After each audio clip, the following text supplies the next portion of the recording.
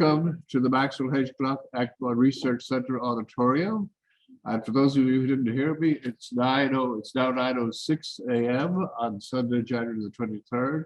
And we're here for the 6th Text Cauthen seminar. And we're honored to have one member of the Cauthen family here with us. And to formally and correctly welcome you to the Gluck Equine Research Center, I'm going to introduce you to Dr. Daniel Howe, the current interim chairman of the Gluck Equine Research Center and the Department of Veterinary Science. Dr. Howe.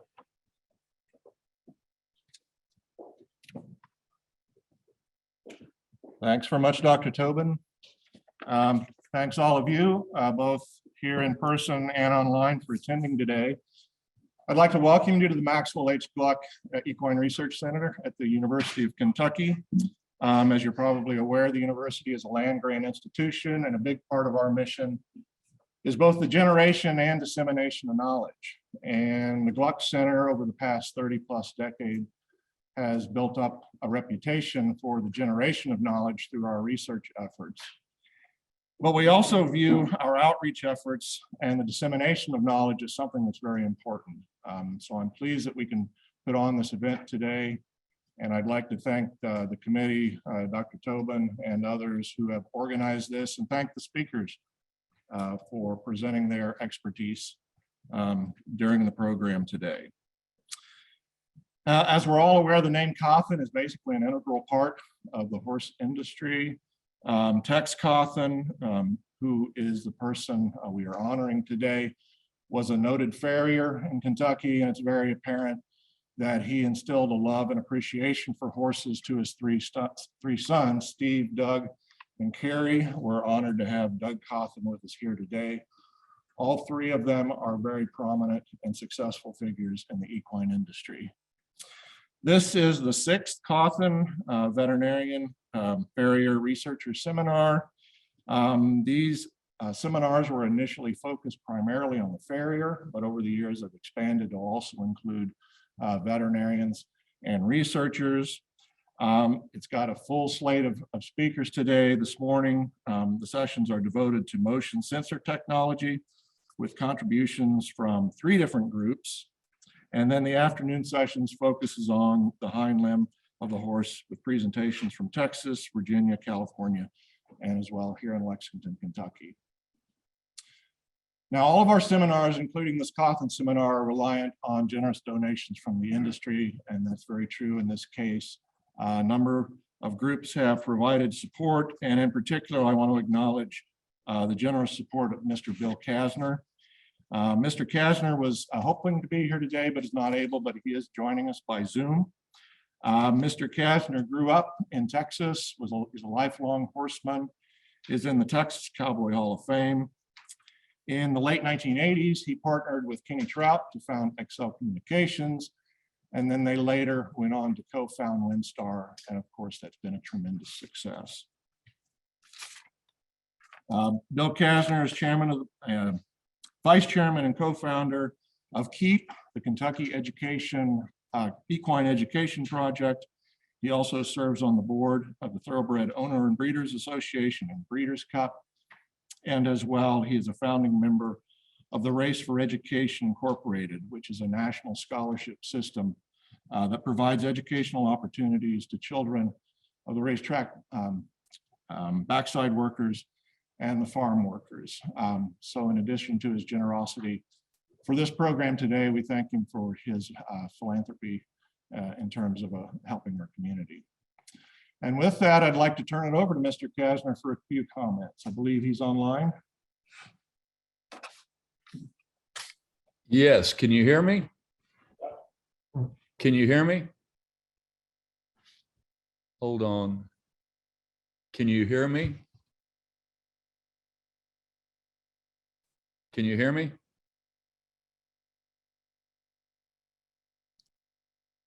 Hello, can you hear me? Yes, sorry, we can hear you, Bill. Okay, wasn't sure if you could or not, but no, I'm very proud to be a sponsor of this very important event. This, you know, I've always been, you know, from the time I was in college. I've always been pursuing better ways through science and biomechanics to better treat our horses. And this seminar is absolutely so important in contributing to that knowledge to the community and making it available. I'd like to say a little something about Tex Cauthen. Tex was an extraordinary individual. I learned more horsemanship from Tex. He was just a wealth of knowledge. Tex probably didn't have a high school education. He told me that, but he was one of the most educated, one of the most intelligent, one of the most well-read individuals that I've ever been around. He amazed me. He could converse on any subject. Didn't matter if it was about horses or anything else. Tex was an extremely well-read, well-taught individual. I used to go with him to the sales. I love going to the sales and just looking at horses. It was always, I'd always come away with a new perspective, new things. He'd catch things that I missed. We'd look at a horse together and he'd say, "What do you think?" And I'd tell him what I saw. And he said, "Well, what about that left hip? Did you see that bit of atrophy up there?" And I said, "I missed that." And he had an extraordinary eye. He was just a good human being. He was a good man. And he was one of my favorite people of all time. But I'm proud to be a sponsor of this event. I look forward to the information that's going to be presented today. I think all of us will walk away with things that we can use to better protect our horses and understand physiology, biomechanics, et cetera, et cetera. Thank you. Bill, thank you very much for the introduction. I'm going to ask Doug Cauthen to come down and also say a few words for the family and everything like that. And just know that we're really happy to do this. So thank you, Doug. I'll be brief, but I just want to thank everybody for being here and everybody online. And Bill, thanks for your kind words. I always thought my dad was the guy that was always searching for knowledge and new answers to problems unsolved. But he passed the torch on to Bill because there's nobody that, doesn't just keep looking for the next best thing. But research doesn't just do things willy-nilly, from vibrating boards to the chamber, et cetera. He's really helped introduce so many things to our industry that are key to helping horses. Those preformed boots, for a foal. Now you can, first you'd see them on adult horses, and now, they've got all the preformed flex shoes. And it just kind of reminded me, it was about 50 years ago. I was 8, sadly, I'm 58. And we had a foal on the farm that's leg was just cranked in, couldn't really support itself. And Dad got thinking and went down and carved basically the same cuff, but out of wood, and glued it on there. And, it was like an aha moment because that thing walked out almost perfect, and within 4 or 5 days was great. And he was always trying to do that kind of thing. So he'd love this.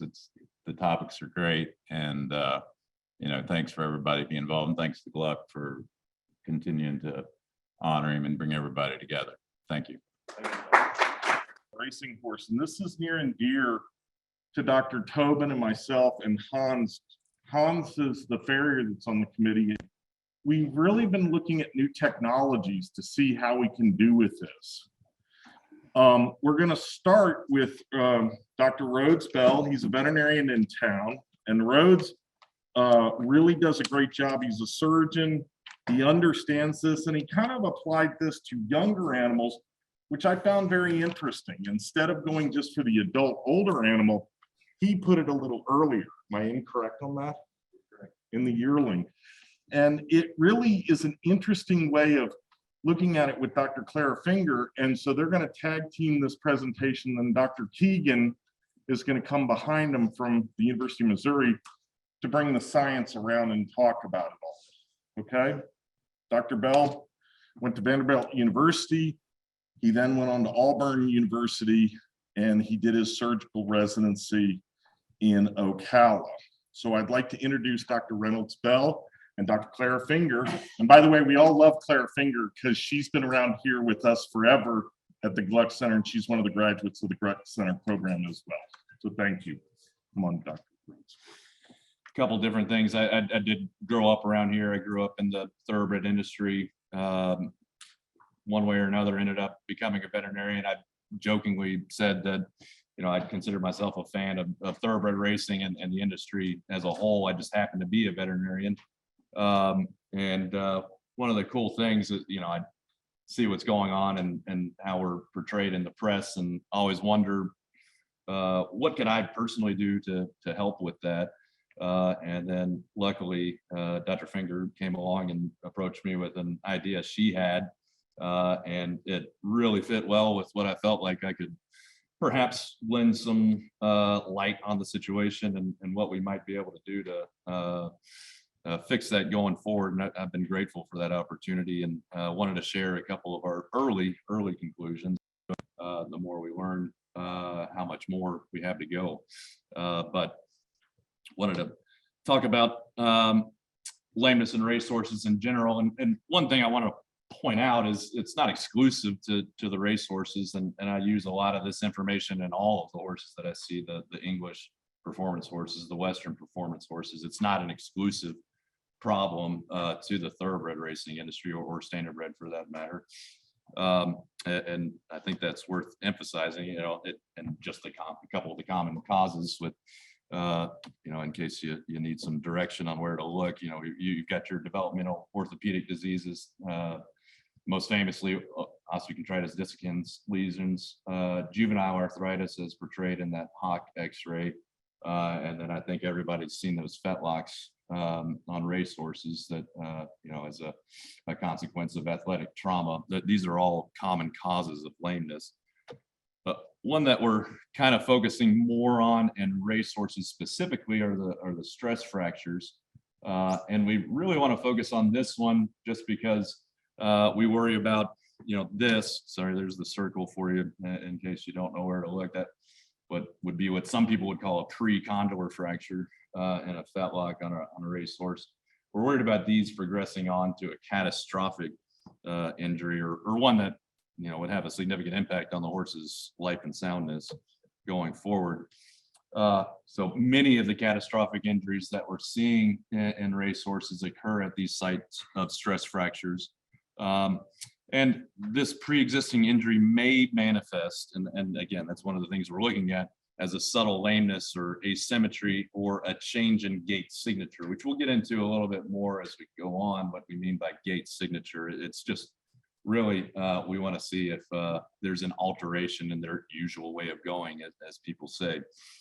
So if we can detect that, potentially we can intervene before it progresses to that catastrophic injury. And that was obviously a pretty appealing premise for me to get involved with. So lameness or gait asymmetry, whether you're talking about a subjective evaluation or objective evaluation with these motion sensor technology, is determined by the difference in head for the forelimb or pelvis, hind limb height over a full stride cycle. And luckily for you guys, if some of this doesn't land immediately, Dr. Keegan's going to fall behind and do a much better job of explaining this in the presentation to follow. But I think it's useful to hear a couple different ways in case that jives with your mind a little bit better. So this is a video, and first we've got the horse going at full speed, and then we'll slow it down a little bit. And so this, I always use the forelimb as the example. So we're measuring that maximum height for the right front. And I've been told I can't wonder, but I usually do my motion when I'm explaining this to clients. So for every stride, the horse is going to go down on the right front, and we get that minimum height, which is the next one, the minimum height, and then they push off, and you get that maximum height. And so we record that number, record that minimum, and then we do the same thing on the left front, the minimum height, and then the maximum height. And then for every stride, you subtract the difference from left to right for the minimum and the maximum. And for a perfectly sound or symmetrical horse, that difference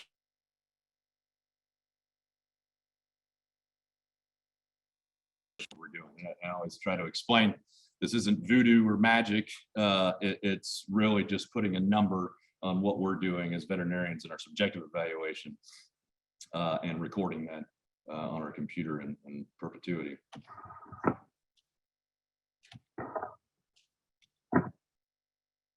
So this, I mean, I could talk for a couple hours on the limitations of a subjective evaluation, but this is just a couple of the little bullet points. But the detection for threshold for asymmetry as a function of our human perceptive ability is about 25% of difference from left to right.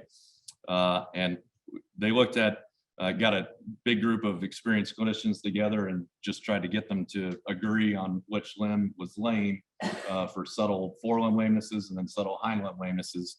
And that group of veterinarians could only agree about 3/4 of the time for the forelimb and about 2/3 of the time for the hind limb. So again, just briefly highlighting some limitations of the purely subjective evaluation. So subtle lameness in racehorses, the objective measurement of lameness or gait asymmetry overcomes these limitations of human perception. And here's a video that highlights one of those where, okay, you're supposed to say, is this horse lame in the hind end? Keep a close eye on that pelvis because that's how you're going to be able to detect it the best. And then we've got this horse trotting away who thinks he's part Arab and throws his tail up.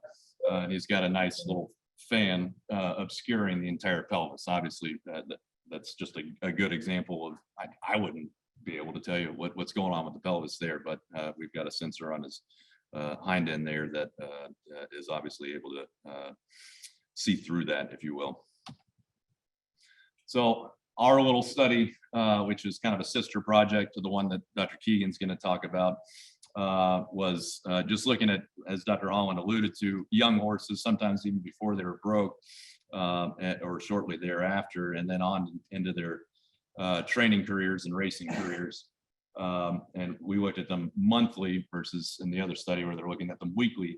So just trying to figure out if we could identify injuries earlier than we otherwise could. And the goal is, we're a couple years in now, but we'd like to follow these guys through their racing careers and then even afterwards, if possible, as they transition to other careers until they're lost to follow up either through a claim or a sale to a distant land.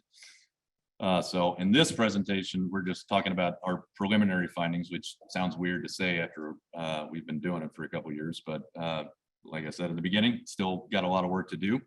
And hopefully we're going to emphasize the utility of this objective lameness measurement in our racetrack practice.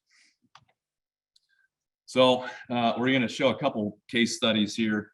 And a couple points that I want to point out is the reference ranges that are established for the software. So again, we're talking about lameness locator. If everybody's heard of that, they're undergoing a identity crisis at the moment and rebranding to the Equinosis Q. So Equinosis Q and lameness locator are terms that are interchangeable. So those reference ranges were established for evaluating horses that are presented for lameness exams, meaning there's a perceived problem and the client or the trainer brings the horse to you, evaluating it under that lens. And this is a different population of horses. We're just checking in on horses that are happy and healthy generally, doing their jobs well. So we're going to use a little bit of a different reference range, which I'll get into in a couple slides. And those reference ranges were established as the measured differences between maximum and minimum height of the head and pelvis over a stride when its lameness grade was 0, determined by 3 experienced clinicians. So that's where those thresholds came from originally. So in 19 and 20, a preliminary study was conducted, as I've been alluding to, in which racehorses were evaluated weekly over the course of a race meet for about 4 months. And a preliminary threshold based on that study for serviceably sound horses was chosen as 1 standard deviation of observed gait asymmetry among that population of racing horses. So this is just an example of the data output for, this is a forelimb analysis where every one of those sticks is a stride, and every one of those sticks, or sorry, the longer the stick is, the more asymmetric they are from left to right. And then that red one is an average of all those. The forelimb is a little bit different than the hind limb, in which the minimum and maximum head heights of a stride cycle are biomechanically related. You can't have one without influencing the other, the minimum and the maximum heights. As I said, the rays in the forelimb plot depict the amplitude of head movement asymmetry for each individual stride. So, and again, that red ray is the average of all strides. And just the way the programming was set up, you're subtracting one number from another. If you end up with a positive integer that correlates with right forelimb asymmetry. And so that's going to be above the horizontal, the x-axis here. So everything above that is going to correlate with the right forelimb asymmetry, either lack of impact or lack of push-off. And then conversely, strides with left forelimb asymmetry are below what would be negative integers, so below that horizontal. And again, that threshold of detectable asymmetry amongst experienced clinicians is about 8.5 millimeters for the vector sum, which is, it's actually Pythagorean's theorem, a squared plus b squared equals c squared. The vector sum is the hypotenuse of that right angle triangle. And so that gray line actually correlates to 6 millimeters of difference from left to right for the minimum and the maximum, but we use that 8.5 millimeter for the vector sum. If anybody wants to get their calculator out and do the math on that, again, it's Pythagorean's theorem. So all the horses in this case series were evaluated using the serviceably sound thresholds presumptively established previously based on that study it was in Ohio and Iowa. So one standard deviation above that is 18 millimeters for head height. So we've expanded our circle somewhat for this, for our purposes. Same deal for the pelvis, but the push off and impact components of those are independent of one another. So we cannot combine them when evaluating them. All of the red lines correspond to lack of push off in that limb, and the green lines are lack of impact in that limb. And those original reference ranges are 3 millimeters of difference from left to right. And so our threshold for presumptively serviceably sound threshold is 7 millimeters from left to right. And so this is just going to be helpful when we're looking at these case studies on down the line. And we put their head or pelvis asymmetry in millimeters on this y-axis, and then on the x-axis is going to be our time in months. And we put those thresholds in as shaded areas. So if you see it above the shaded area, that's going to be outside of that threshold. And so for forelimb, again, we're at, oh crap, now I can't remember the number, 16 or 17. Oh. So, and then for hind limb, it's going to be a little bit tighter at 7 millimeters of difference. And again, that's the shading. And then I'm going to let Dr. Finger talk about some of the cases that we've used this on where we thought it was helpful in their management. As long as she can talk, as soon as you need to tap out, let me know. All right, don't go too far. All right. All right, thanks. Thanks for having me here, and thanks, Rhodes, for being so gracious with your time and agreeing to do this study in the first place. Our first case is is a horse that we started evaluating at 2. The horse was laid up for presumptive tibial stress fractures, kind of an inexpensive horse, so we didn't send him for a bone scan. But when the horse came up acutely lame after a workout, it was presumed to be a tibial stress fracture. Typically, we block the foot, and other than that, we don't do additional blocks on horses that come up lame out of a workout. And the reason for that is if you block a horse with a stress fracture, like the fracture that we showed you in a previous slide, you're putting that horse at risk of not feeling the fracture, and then you jog it, or let's say the horse gets loose and runs around the backside. You now have a horse running around with a blocked, potentially very serious injury. So as a general rule, we don't block horses that come up acutely lame out of a workout. Because of his age, and because it didn't block the foot, we presume that the horse had tibial stress fractures. And so we treated him as such. We laid him up, and I don't even know how do I advance this? I was going to say. So the keyboard right here, are you doing it over there, Rhodes, or where were you doing?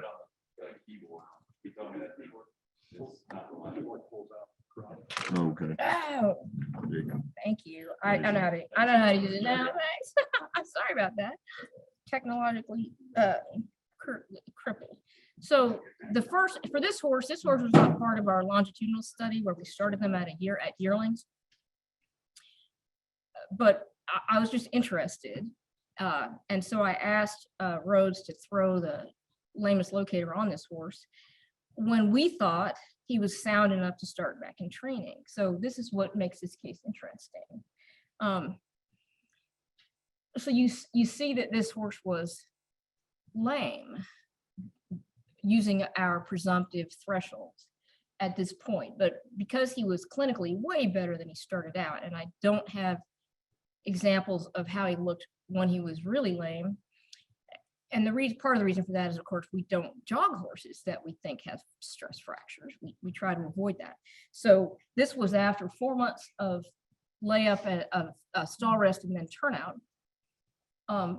And we were just playing with this Lameness locator, so I didn't rely on the data from the Lameness locator at all in putting this horse back in training.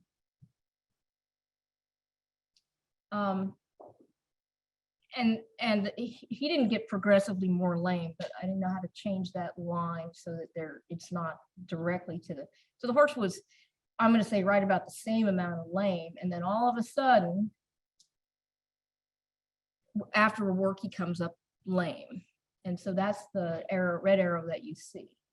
So we assumed we presumed it was a recurrence of a tibial stress fracture, which just literally means we put him back in training too quick. So we laid him up again, and this time you can see that we do have the progressive improvement of lameness.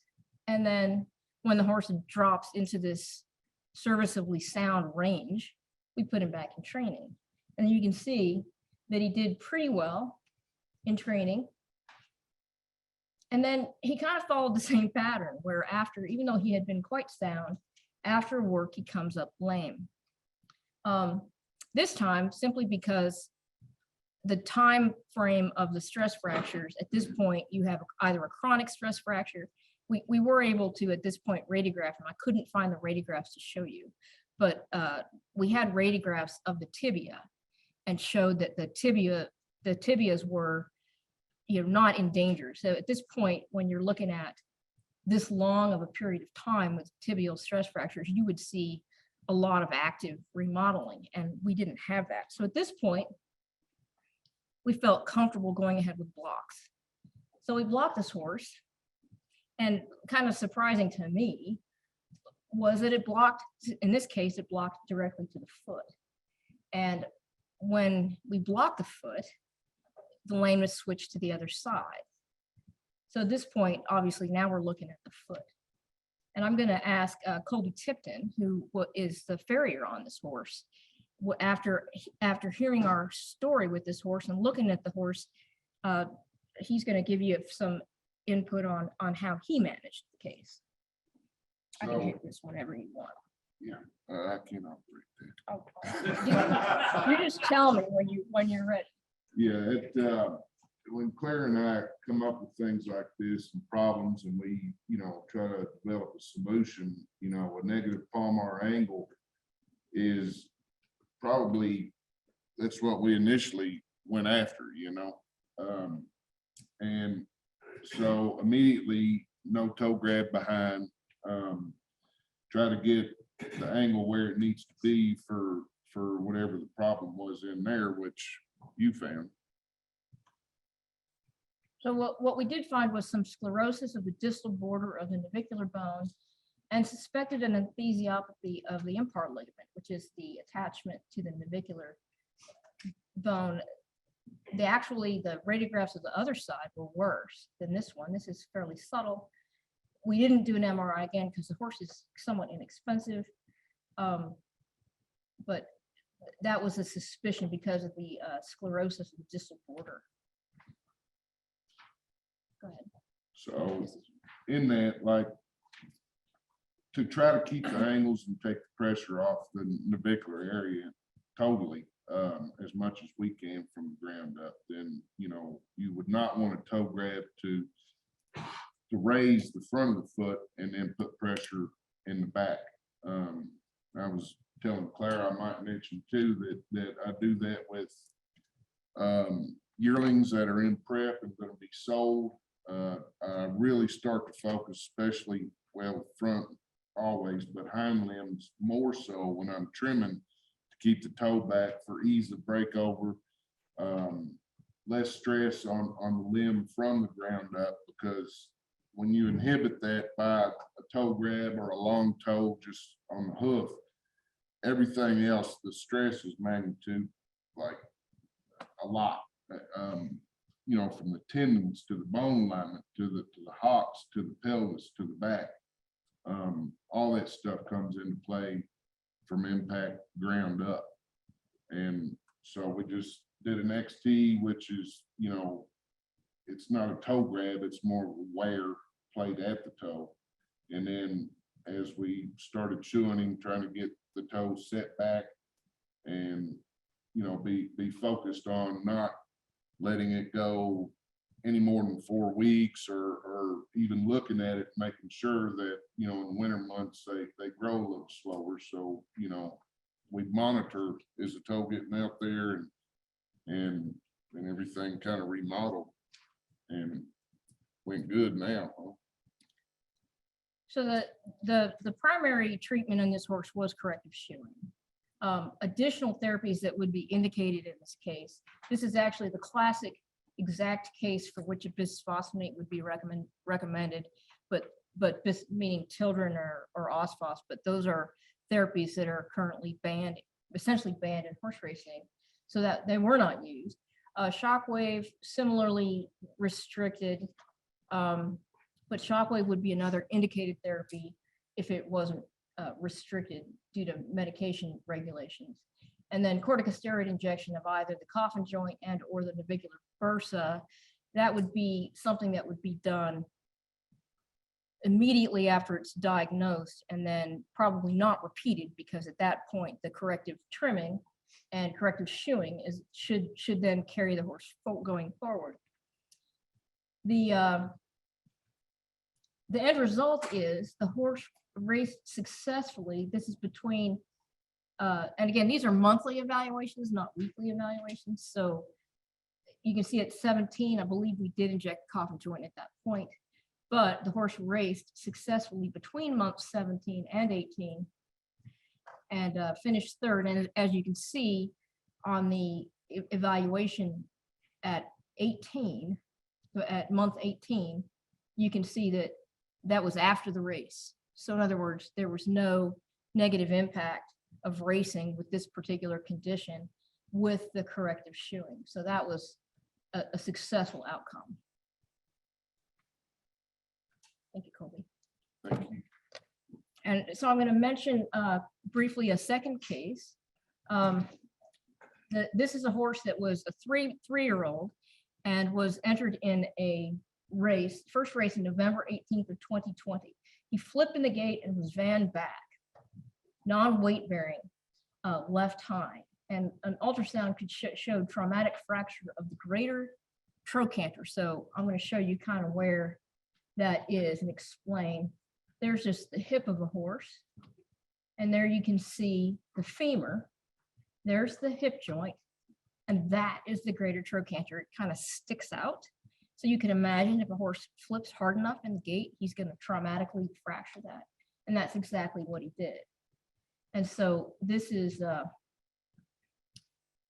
what you're looking at on the ultrasound. You can see that's the top of the greater trochanter. 3 months. So the first evaluation was, same thing, non-weight bearing, really, really lame horse. We don't stick the lameness locator on those. Those horses are on stall rest. So we're not jogging them, not for the lameness locator or much anything else. Plus, we didn't necessarily know if there were other injuries in this horse that we couldn't see. But the first evaluation, you can see at month 1, the horse is still on rest. And then the second evaluation, which is 3 months after, we put the lameness locator on, and you can see that this horse is pretty sound. Interestingly, if you look at that diff min pelvis, which is the impact lameness, that all of those numbers are above 0, which means that's right hind, not left hind. The horse's injury was in the left hind. So the left hind had resolved, and this is the Recheck ultrasound, and you can see a huge difference. I don't know if you can appreciate how. So ultrasound basically travels through tissue until it hits either air or something hard like bone, and once it hits that structure, it's reflected back to the ultrasound and recorded in an image. So you can see in the before picture how you got, just kind of picture it as just a bunch of little pieces like glass that are the fracture, the traumatic fracture of that greater trochanter. And then you can see that after, this is the 3 months later, once the horse is sound on the lameness locator, that you get a very smooth remodeling of the greater trochanter. And while the horse continues to have this sort of consistent right hind asymmetry, the left hind is essentially completely resolved. And the horse competes successfully in 5 races in this season and winning 2, and then basically sent home for a break after 5 races and just now starting back in training. Just note that that right hind impact asymmetry is consistent over time. Remember, the injury is on the left. So this is suggesting that this horse does have an underlying gait signature. And when I say gait signature, I mean an asymmetry, or you could call it, potentially call it a lameness, but it's not necessarily associated with pathology. In this case, the horse's pathology was on the left. And most of those dots are within this serviceably sound threshold that we have. It's a preliminary threshold. As we continue our studies, we hope to get a better idea of where this threshold needs to be. I don't have time really to go through this in great detail, but I just want to point out this is one of the horses that we did start evaluating from a yearling. So you'll notice on exam 1, this filly is lame. This is before she's even broke. So, and there, no shoes and turned out in the field. So point being, I don't know why she's lame, but she's clearly lame on this first evaluation. And then you can just notice that she has sort of a consistent right front and right hind impact. And just really quickly, this is her. She did ultimately, she fractured her sesamoid in a work. Interestingly, look at where she did that. So the two evaluations immediately prior to fracturing her sesamoid, she was as sound in front as she could be. So a couple explanations for that is, one is that was actually, she actually fractured it 3 weeks after that week 9 evaluation. And so either if there was any pre-existing injury that we would have seen with this technology, or just with a Lameness exam, maybe it occurred or in that 3 weeks that we don't have an evaluation. Another argument is potentially this particular injury in this horse was not based on a pre-existing pathology. Because even though she has sort of the chronic right front, I don't think anybody's going to argue that the chronic right front mild gait signature was from birth. I mean, it's not something that was related to training. And then just to point out that we did the same thing. We waited until she was sound on the Lameness locator before returning this horse to training. She had surgery. I did inject the ankle at one point, although she was still, and you can see that at months 14 and 15, while she's inside the serviceably sound threshold, she is higher than she started out with that right front slight asymmetry. I did inject her with Noltrex, and then she started working, and you can see that on her, but in between 15 and 16, she's had several fast workouts, and she at 16 is this basically very similar, if not spot on, where she started with her original gait signature. So there's no negative impact of increasing speed. This technology is super useful from the standpoint of my eyes cannot necessarily tell the difference between her exam at 15 and 16. But with this equipment, I can demonstrate that 16 is better than 15. So the take-home messages on what we found so far is that this technology has been a very effective tool, at least in this group of horses, to determine where horses can return to training safely. The next thing is a single Lameness exam is not effective. And this data does give us a suggestion that a gait signature may actually be super useful for us. Both the gelding with the right hind gait signature and this filly with the left front gait signature. It suggests that that's going to be a useful technology to use. And of course, we need more data and more cases, and that is ongoing. So the next speaker we have that's on the same subject is Dr. Kevin Keegan. Dr. Keegan was a professor at University of Missouri, and he's done a lot of work, and actually he's kind of the pioneer of this technology. So we're trying to show folks that are doing newer things, because we're still trying to learn how to help these animals so that they don't have a problem. And I like these new types of technologies because it'll help us in the field make it better for the horses. So with that, I'd like to pass it over to Dr. Keegan. Okay, thanks. So I'm going to present some inertial sensor data that was collected at thoroughbred racetracks in Ohio and Iowa. But first, even though Dr. Fenger and Dr. Bell have done a little bit of it, I'm going to first speak about how the system works and specifically how it was developed to give an appreciation for the validity. Oh, and I first have to correct something. Dr. Bell did his surgery residency at Missouri, not at Ocala. We want to claim that. So you don't mind I did that, do you? No, I meant to say. Okay. All right.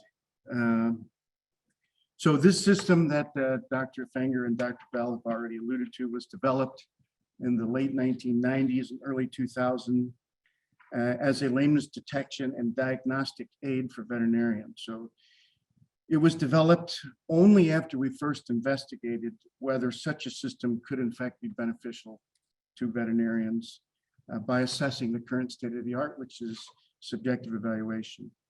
And by the way, all of this is published in case you wanted to look it up in many peer-reviewed publications, but the consensus was that simple subjective evaluation by observation of the horse in motion is barely suitable, and that if it could be developed, then a more sensitive measurement system at detecting lameness would be beneficial to the profession. So the first step was to pick a technology. So should we measure, for instance, movement, or should we measure ground reaction forces, or should we measure something else? So for various reasons, mostly because we know or we've figured out that lameness as a clinical sign is actually quite variable. And you're going to need to collect a lot of data for many different strides. And also that this method necessarily, if it's going to be useful, is going to have to be used in the field. We settled on measuring body motion instead of ground reaction forces. We just thought that the engineering and development that would be required to measure ground reaction forces on all four limbs in the field was just too high a bar to get over. So, and we didn't know what to measure. So we settled on motion analysis, but we didn't know what to measure. There are potentially many different things that one could measure. For instance, you could look at stride length. You could look at how the limbs swing. You could look at joint angle changes. So we started from scratch and started measuring everything by putting markers all over the horse's body. And we used computer-assisted analysis of gait on horses with known lameness. And all of this is published in over the last 25 years using various data mining techniques, looking at the complete data collection. We basically found out that vertical displacement of the pelvis and vertical displacement, or you could say vertical position also, vertical position or displacement of the pelvis and vertical displacement or position of the head are the most sensitive and accurate indicators of lameness. Also the most accurate and sensitive indicators of which limb is the source of lameness, not position and not level in the limb, but which limb. And also when we found out this later through additional investigation, the most sensitive and accurate indicators of the timing of lameness, and Dr. Bell and Dr. Fanger have talked about impact and push-off lameness. Basically, vertical displacement of the torso, the midline of the horse, was the signal that had the best information for detecting lameness. This is why we put the sensors where we do. So we didn't just wake up one day and decide to put accelerometers on the head and pelvis. First, there was an investigation of where is the best place to put them. Incidentally, we've tried the same approach to come up with accurate parameters to detect lameness in the horse when cantering and galloping, but so far we have struck out. Despite a few NSF supported studies and a Grayson supported study, we have basically struck out. We can detect lameness at the trot in the horse very easily, even subtle lameness, but so far at the gallop, we cannot do that. And it seems that when the horse is trotting, it has many mechanisms to shift weight around due to pain, and this is what can be picked up. But when the horse is galloping or galloping or cantering, it is forced into a certain gait signature that is difficult to change. So this is why we measure vertical acceleration of the head and pelvis. As you note, I indicated that the measures for lameness are positional, but we measure vertical acceleration. Okay, I'll explain that a little bit. I'll explain it more in a little bit. But we so all of the information about the lameness comes from the head and the pelvic accelerometer. There's another sensor that we put on the right forelimb, but that's just a time index indicator. It just indicates where we are in the stride. It just provides a method for indicating the start of the stride. Incidentally, we can now do that by using the gyroscope on the pelvic sensor. When the horse is trotting, the pelvis rotates in a certain way, and we can identify the footfall sequence just by looking at the pelvic rotation. And this might be useful, for instance, if thoroughbreds on the track, when maybe putting that right forelimb sensor on would be not practical. So vertical acceleration then, because this is what we measure, is converted to vertical position. You simply cannot measure position accurately enough, like directly. You could use GPS, but GPS is not accurate enough we need sub-millimeter accuracy, and GPS is maybe 5 to 10 centimeters. So we need sub-millimeter accuracy. So we convert from acceleration to position, and converting acceleration accurately to position is not really a very simple thing to do if you understand that. The Q with lameness locator uses a unique method that was developed by a mechanical engineer at the University of Missouri. And if you're interested, this has also been published in engineering journals, but it is a specific method that we use. Okay, it might seem that it would make more sense to actually measure and then report acceleration as the measure of interest, since acceleration is directly related to ground reaction forces. But raw acceleration is noisy, and it is greatly affected by how you mount the sensor to the horse. It has to be mounted intimately to the horse so that it moves basically up and down the same way that the horse does. And then acceleration has to be smoothed in order to pick out useful features. And the method that one uses to smooth the acceleration is important, and its accuracy will depend upon how good that smoothing method is. And it also affects the meaning of the features that you extract from the signal. So I plotted up here, this is just a raw acceleration signal of the pelvis in a horse over 2 strides. And you can see that it's squiggly, okay, squiggly, so it's noisy. So where, for instance, would you pick in this trajectory, where would you pick a repeatable and valid maximum? And it's very difficult. So you have to smooth the acceleration to get position. So vertical movement of the head and pelvis in a theoretically perfectly not lame horse would be a sine wave-like signal, which is the upper plot. So up here, okay. So in a theoretically perfectly not lame horse, it is symmetrical. And the pain during the stride cycle is a defect. And this defect perturbs this perfect sine wave-like movement. And then when you add them together, you get the asymmetric vertical movement. And we measure this perturbation in the symmetry as lameness, as a metric of lameness. Okay, because of some subtle biomechanical differences, Dr. Bell alluded to them a little bit already, in the vertical movement of the head, because of forelimb lameness, compared to vertical movement of the pelvis, because of hindlimb lameness, we distill this asymmetry as a measure of lameness down to a single measure for forelimb lameness, which we call the vector sum. It's a combined measure. It's not the simple sum. It's a Pythagorean sum, but we measure vector sum, and that this is a combined measure of the differences in the high heights and the low heights of the head that occur at each half cycle of the stride. And then we distill the hind limb measures down into, or the hind limb lameness quantification into 2 measures. One is diff max pelvis, which is the difference in the maximum heights of the pelvis, which is the push-off component of hind limb lameness, and then also diff min pelvis, which is the difference in the low heights of the pelvis, which measures the impact component of lameness.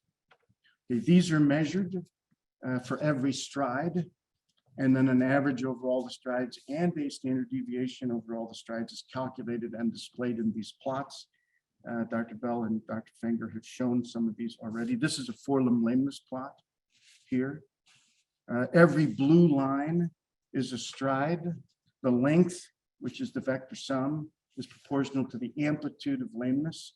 And that red line in the middle is the average over all of the strides.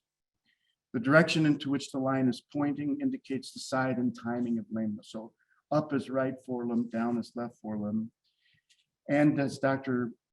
Fenger and Bell alluded to already, an approximate range that is equivalent to a horse judged to have no forelimb lameness, a score of 0, is plus or minus 8.5 centimeters. We've compared this as a subjective evaluation, which is the radius of that gray circle. It's actually 6 millimeters because of it's a vector sum.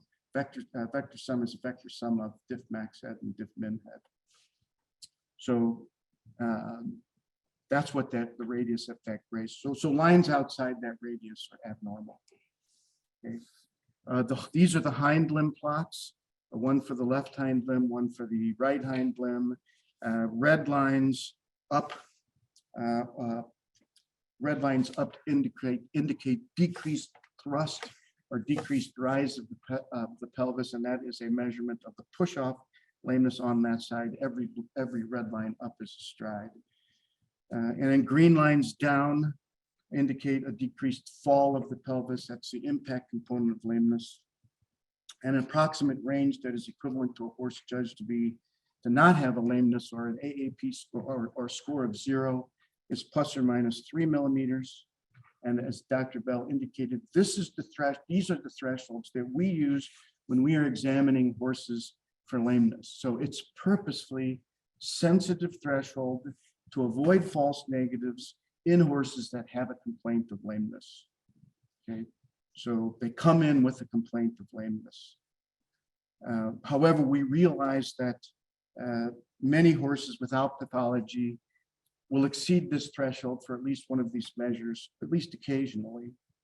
And a more appropriate threshold, as Dr. Bell alluded to, for a more general screening of horses without existing complaint of lameness, we established as 18 millimeters for vector sum and 7 millimeters for diff min pelvis and diff max pelvis, which he's already indicated. And this was established in a couple of different ways.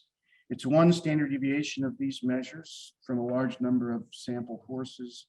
It's also the 90th percentile of the absolute difference between back-to-back trials, again, in a large number of horses that are not supposed to be lame. So basically 90% of a group of horses that have no history of lameness will have trial measures that will differ by less than this amount, back-to-back trials. So it is a wide repeatability estimate, understanding that lameness can be variable from trial to trial.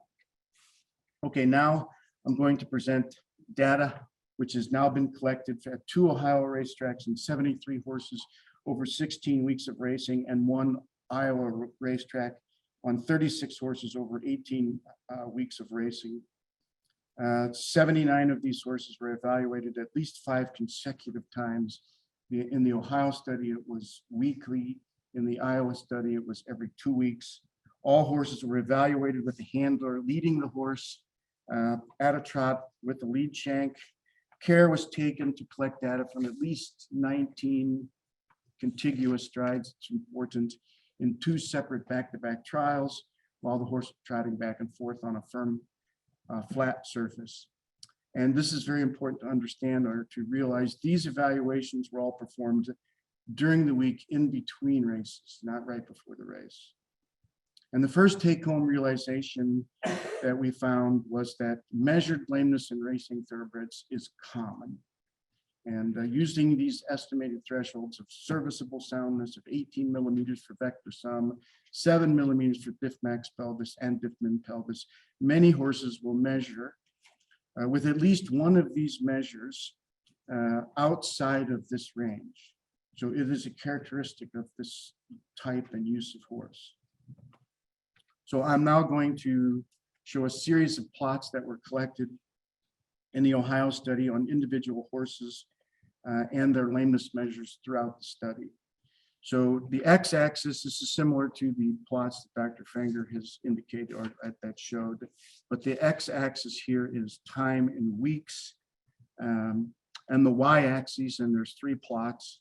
The y-axis are the amplitude of the lameness measures The top one is for vector sum for forelimb lameness. That's the uppermost plot. The middle plot is diff max pelvis. I get the diff max and diff min flipped from what they had. But the middle one is the diff max pelvis, which is the push-off component of hind limb lameness. And then the lower one is the diff min pelvis, which is the impact component of hind limb lameness. So each horse's measurement throughout the trial is shown as these little blue dots or red dots. I'll explain big red dots. I'll explain what the big red dots mean in a second. And they're connected by this blue line. And instead of the threshold, which is similar, but it is presented over this light gray background. And this light gray background is actually all of the measurements that were collected, the total range of measurements that were collected from all of the studies throughout the entire study. And it gives you an appreciation for this individual horse's measurements in relationship to all the rest. Okay. So, and then each plot has a zero line here in the middle, and measures above that zero line indicate right limb involvement. Measures below that zero line indicate left limb involvement. I've also put in these vertical lines here are the dates that the horse raced. And it's not important for what we're going to talk about, but the finish and the speed index for that race. And I've also dropped in for all of the horses. I'm only going to show some of them, but I've dropped in the medication dates and treatments given to the horse. For example, this horse had its hocks injected between weeks 12 and 13. So now I'm going to toggle through a few horses here. So I'm sorry, the red dots are the measurements that are outside those thresholds that I mentioned to you before. So you could say the red dots are the horse measured with lameness on those dates. So I'm going to toggle through several horse, but you can see that it was common in just about every horse. It is common to have at least one measure outside of that threshold for soundness. It's common. It's not always, but it's common. Okay, so pretty common. So now I'm going to talk about individual horses. So, so look at this horse here. Every diff max measurement, diff max pelvis measurement, which is the push-off component of hind limb lameness in this horse after week 9, indicates left hind limb lameness, every measurement.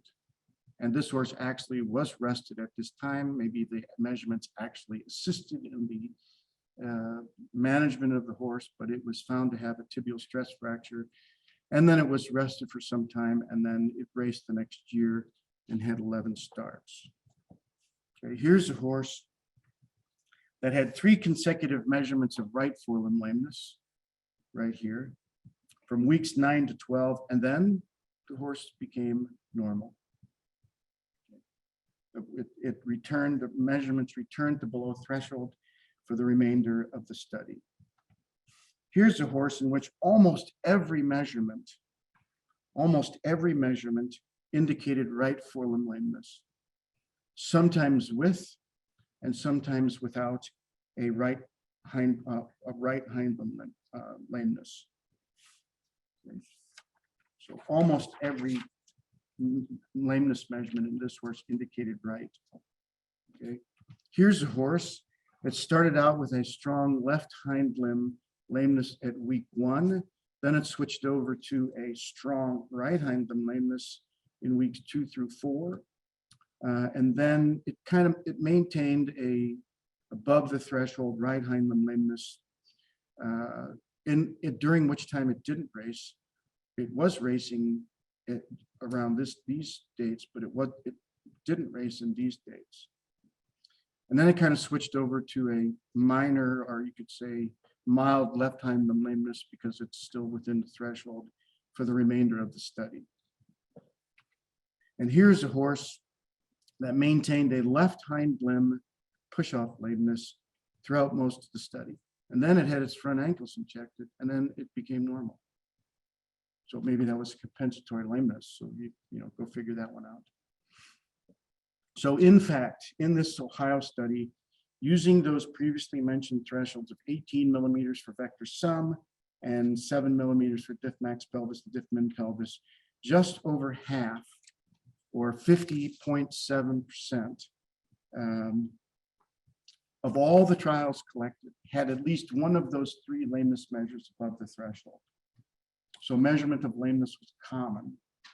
So to give you an appreciation for how common this is, or how you could say lame overall this is, for comparison, I calculated the same measure, the percentage of trials outside this range for a random sample of 100 horses that came into our clinic with an expressed complaint of lameness or poor performance. So they say it was anticipated that these horses had some musculoskeletal disease and we needed to find it.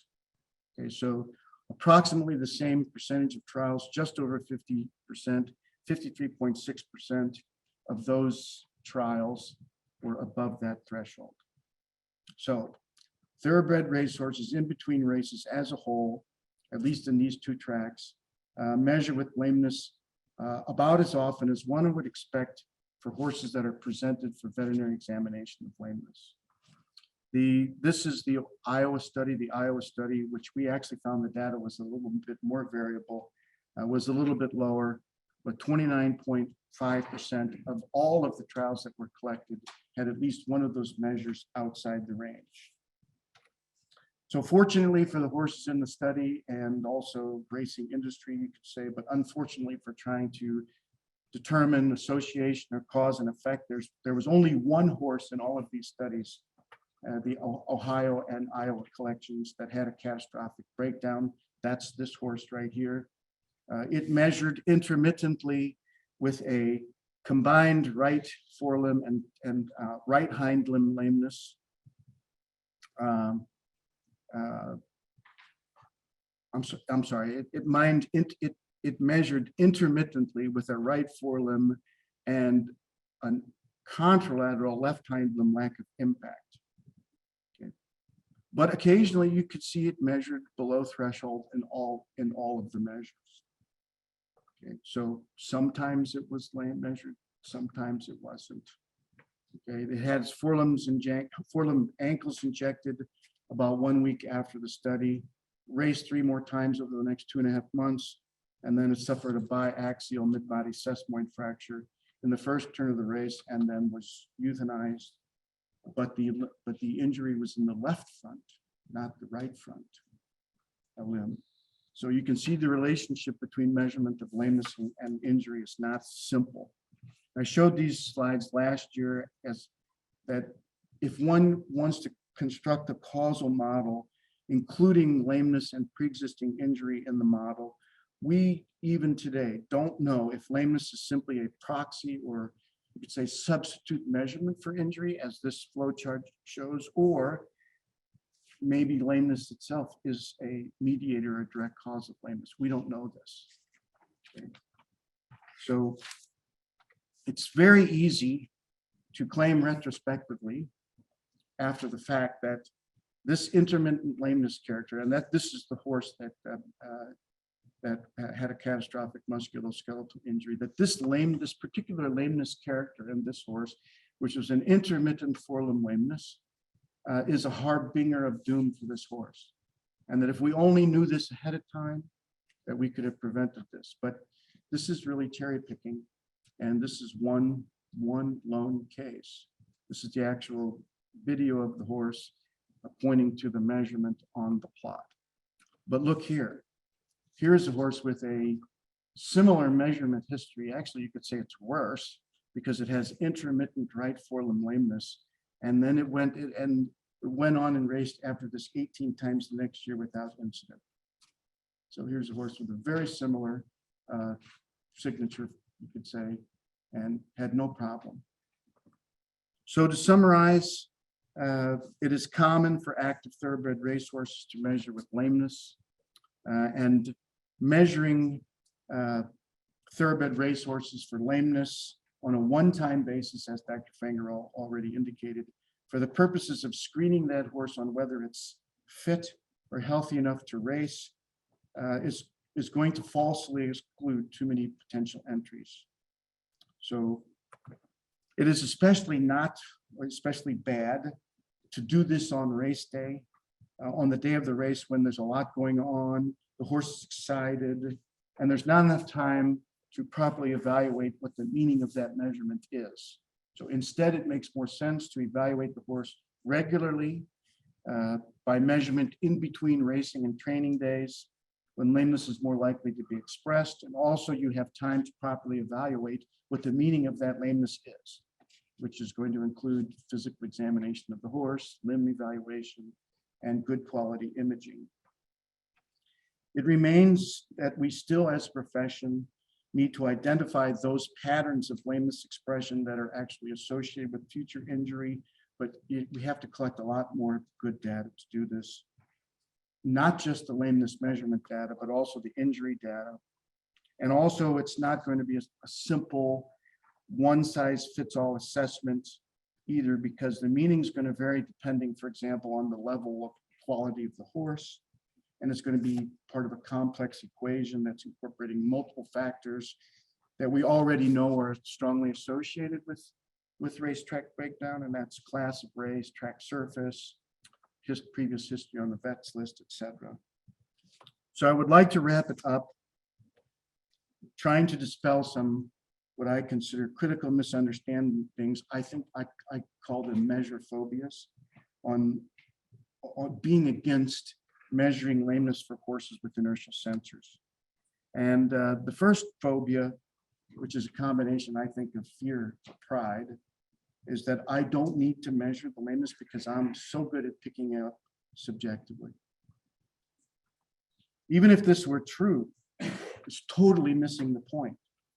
And body-mounted inertial sensors are simply more sensitive and resistant to bias than subjective evaluation. But that's not the only, and it's not the most important feature of using them to measure lameness. Measuring lameness can confirm what we already think, so it increases confidence. It can protect against making a mistake because of distraction. It creates a quantitative record that can be stored and transmitted between important individuals. It makes comparison between dates more accurate, between people more accurate, and it can help decipher sometimes the complex relationship between the primary lameness, the compensatory lameness, and the other half of the other part of the body. And so for our profession, it creates a database that we can, in the future, search and analyze for patterns that we may figure out someday that are useful, and that's going to advance the profession. So there's a wonderful article in Scientific American. This is just the picture in that article that explains why, at least in the human medical profession, why doctors sometimes reject tools that are going to make their jobs easier, using a historical review about the thermometer to give you, it's a very good read, but the thermometer was objected to in its early presentation. So, and if you're interested, there's a link on the right to that article. It's a very good article. The second phobia is that it's just too difficult to get the data, and the veterinarian doesn't have time to do this. But it only takes 2 minutes to instrument the horse, actually less than 2 minutes. And you don't have to be an expert to do that. You just put the sensors on the horse. What takes the time is the trotting of the horse back and forth, not putting the sensors on the horse. People say that, this is just too difficult. I just don't see that.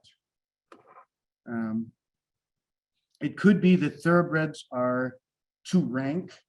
I don't think so, but and that's why I'm showing these videos.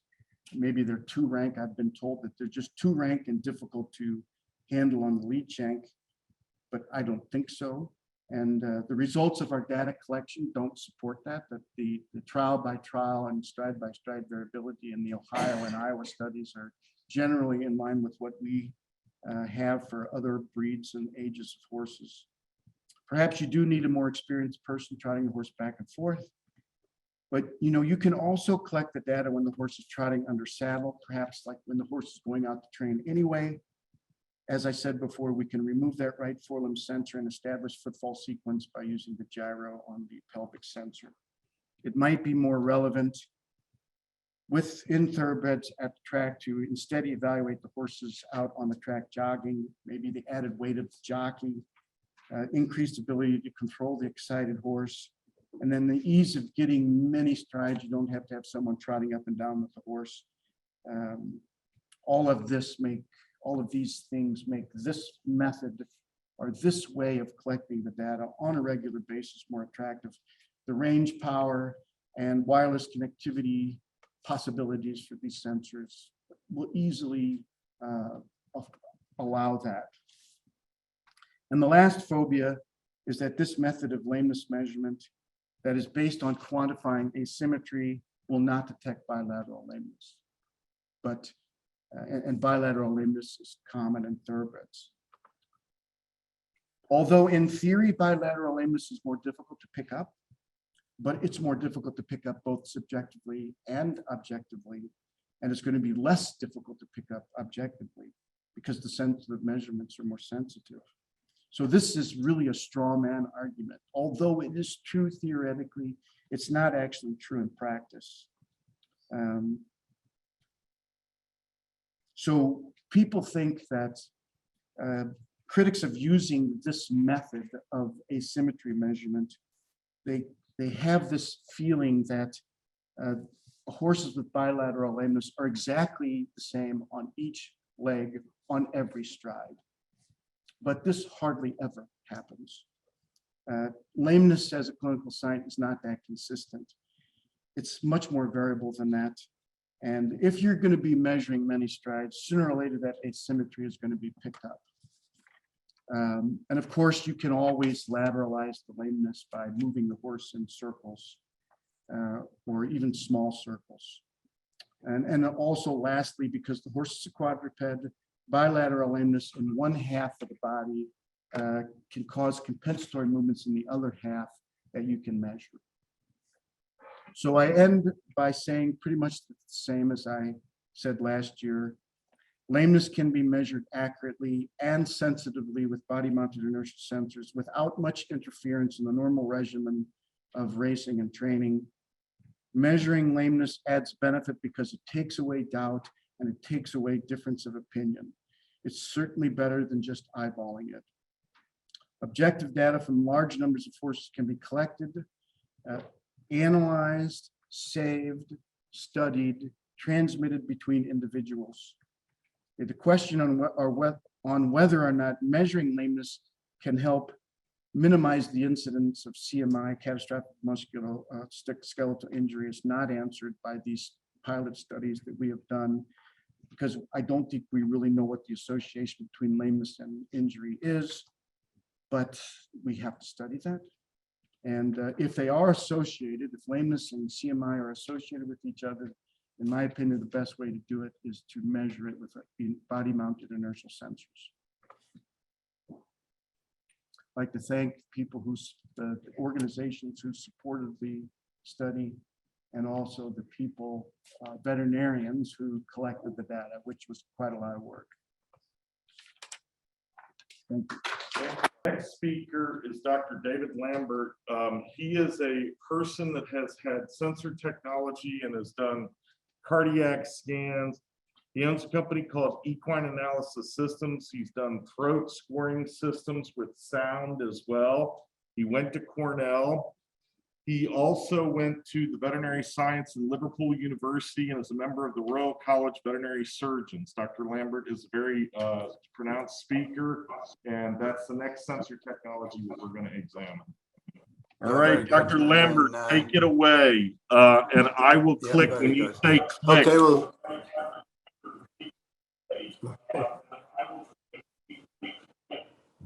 Yes, very good. Okay, thanks. Well, as always, need to start with thanks. I'm particularly grateful that Dr. Tobin keeps inviting me back to have to take up this platform. When we first had the idea to start trying to help with the breakdown situation, it was very hard for me to get going. Being in private practice, and even a rather special practice at that, because we were working exclusively with performance prediction and not being a known name and not being associated with the university, it was rather hard for me to get traction. But I'm very grateful that Dr. Tobin saw something in what we were doing and gave me a chance to get started. And I think had it not been for that, I would have found it very difficult to get as far as we've got, because he spread the word and people slowly became interested. And we got more and more involved in this thing. And then the COVID was a big help because we were stuck at home for a year with nothing to do, and were able to spend a lot of time working on all the data that we had because we had nearly 1,500 cases of our own, but more than that, we had 35,000 cases that had been made available to us from Australia. So we'd a lot to work with during that time. So I think the first thing I have to point out is that don't look at this as a diagnostic procedure. It absolutely is not. We're not stepping out there trying to diagnose anything at all. What we're trying to say instead is we're trying to help the industry sort out which of the horses deserve most of their attention and advanced technology, to see if they can find the ones that are predisposed to injury, the ones that are not remodeling properly. We know we've got fantastic tools available to us now, fantastic clinicians, but there's so many horses out there and they don't know which one to select or which leg to select. So we wanted to try and help with that problem. And as has just been pointed out, the problem for the regulatory vets and the guys on the ground is really tricky, because most of those horses, let's call it, are racing sound, but not necessarily purely clinically sound. So if you can imagine the predicament of a regulatory vet who has only minutes to look at each animal and can't do a full clinical examination, and is already facing every day horses which, according to the last presentation, 1 out of 2 of them might well be off. And I think so their community generally, I think, accepts a level of, let's say, 1 out of 5 or 1 out of 10. They accept that degree of unsoundness when they let horses run. That's just the nature of our industry. So what we thought we'd try to do is see, can we help somehow or other point out those animals which are particularly at risk. And we all know that the ones that are breaking down aren't being picked up. So the trainers aren't finding them, the jockeys aren't finding them, the pre-race examination is not finding them. So we had to be able to go elsewhere. We had to dig deeper somewhere else to try and find out what to do. Now, in the work I've been doing during my whole life, trying to predict performance, we put sensors on horses back in about 2005. A lot of this stuff that we've done has come from just being involved in the industry generally. So I rode quite a lot, and it's very, very easy to tell when you're on a good one. He's very, very smooth, he's very graceful, everything is very easy. And when you're on a lesser quality horse, he's a lot scratchier, he scrambles along, his stride changes, it's not consistent. So we were aware of that and had been trying to find a way to measure it rather than have it be just a subjective opinion. So we put sensors on the horses. Ours were mounted underneath the girth. We came to recognize patterns in the horses' ways of going. And we came to recognize that the Grade 1 winners had a completely different pattern to the rather ordinary horses. We called it their fingerprint. Dr. Keegan's called it the stride. What was he called? Stride something. Anyway, so we call it the racing fingerprint, and we'd seen quite a difference between the good ones and the bad ones. And we'd also seen while we were doing this that when a horse started to go wrong, that his fingerprint changed quite a lot.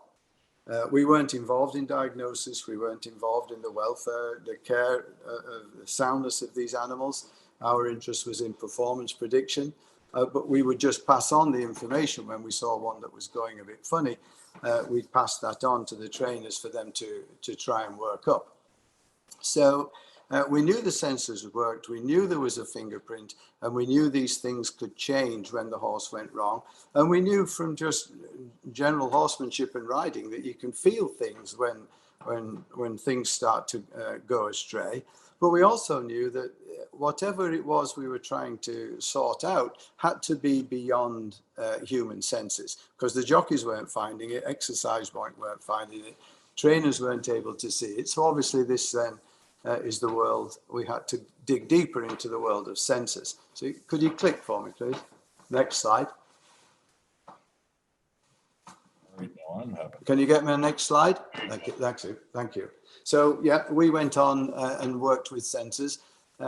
My sensor system was old and cumbersome, and we couldn't work with it properly under the girth. So I was fortunate enough to go to Australia and met up there with a fellow called David Hawke, who was the owner of a company called Stride Master. And he had developed this sensor system with a GPS in it that he'd been using primarily for timing and handicapping purposes over there in Tasmania and I believe in New Zealand. So we struck up a relationship, a friendship, and eventually a partnership, and decided to start a business over here in America, which we called Stride Safe, in which we would combine our performance predictive understanding with Dave's understanding of the hardware and the signal that he was getting.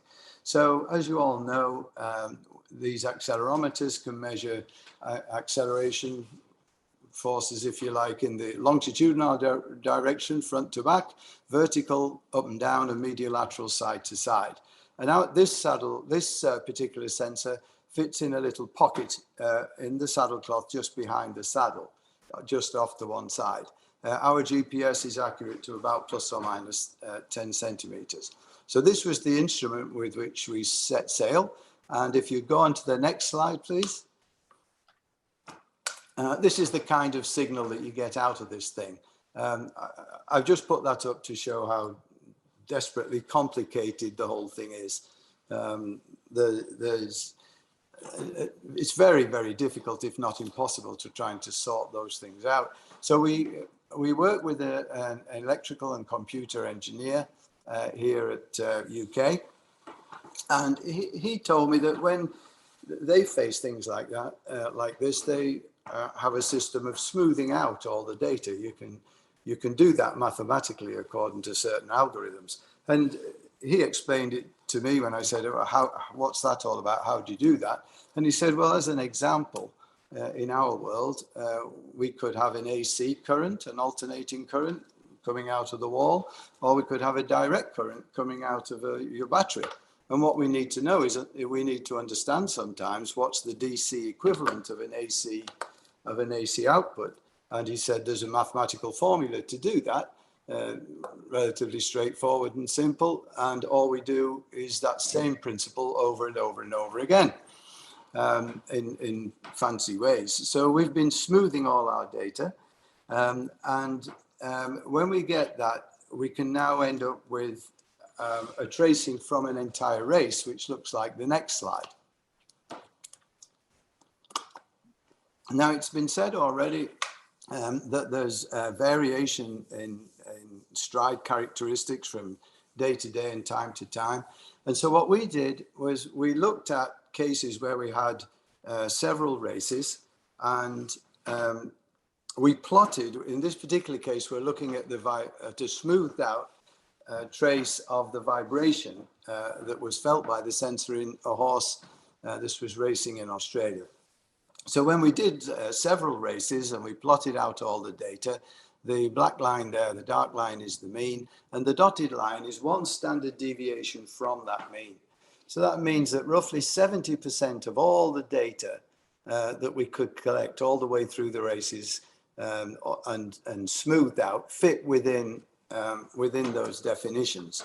And remember, our idea was we're not trying to diagnose anything here. We're just trying to see, can we pick up something different that can't be seen or can't be felt, that could be an indicator to the veterinarians and the trainers that something is possibly going wrong. So let's run through this case. So if you just click one time now. So there we just superimposed one race. It ran on the 20th of August, that one race. And you can see it falls generally within one standard deviation. So click the next, please. There's another race, again, falls right in there within the fingerprint that we've developed. And that one was on the 3rd of October. So next, please. So this goes now to the 27th of October, same thing again. A little bit lower this time. The vibration was a little bit lower, not of concern, but that could be he preferred the service a little bit or wasn't being ridden quite so hard. We see things like that, but again, it's close to one standard deviation. That was on the 27th of October. So the next one. So this now was, sorry, that was 27th of September. This is the 18th of October. This line now gives us a little bit more room for concern. I don't know how well you can see the numbers, but that's the start of the race on the left and the finish at the end. And at around 50 seconds into the race, for a period of about 10 or 15 seconds, you can see that that green line goes a little bit outside of the one standard deviation. It had done so a little bit early on as well, around 26 seconds, and then around 56 seconds, as I said, it went out, and one more little peak at 68. So we're just a little bit nervous about that one. So see what happens the next time. So it went then to November the 7th, and fine, everything went well again. That blue line, it started off just a bit high, did the vibration, but then it settled down and it stayed within normal limits. So fair enough, just one more piece of data from a normal horse. Now this one that just got clicked on, that was on the 15th of November, so just 8 days later. And now you can see a completely different pattern. So the vibrations we've picked up on the horse on this occasion are way, way outside the normal fingerprint that we were looking for. So this spells trouble to us. So then the next time the horse ran, we click the next one, please. On this occasion, you can see when it comes out of the gate at the beginning, everything's basically okay. And then the power, the vibration rather goes down, down, down, and stays very low.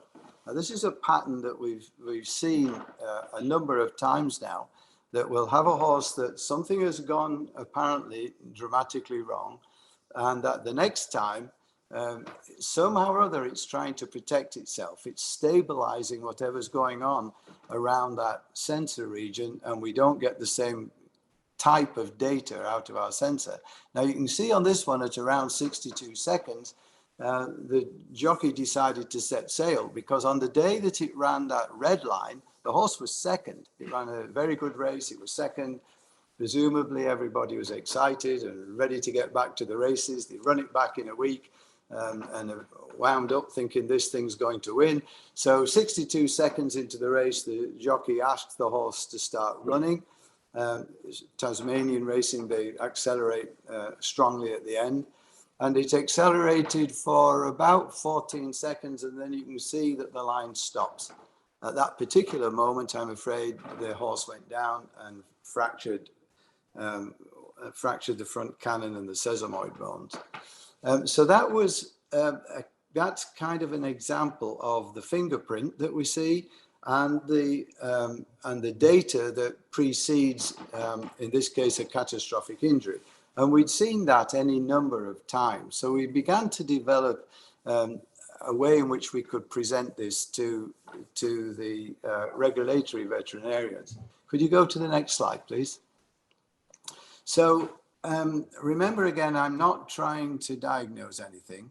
I'm trying to fit in with the regular running of a racetrack. And I'm recognizing that the veterinarians have got very, very little time.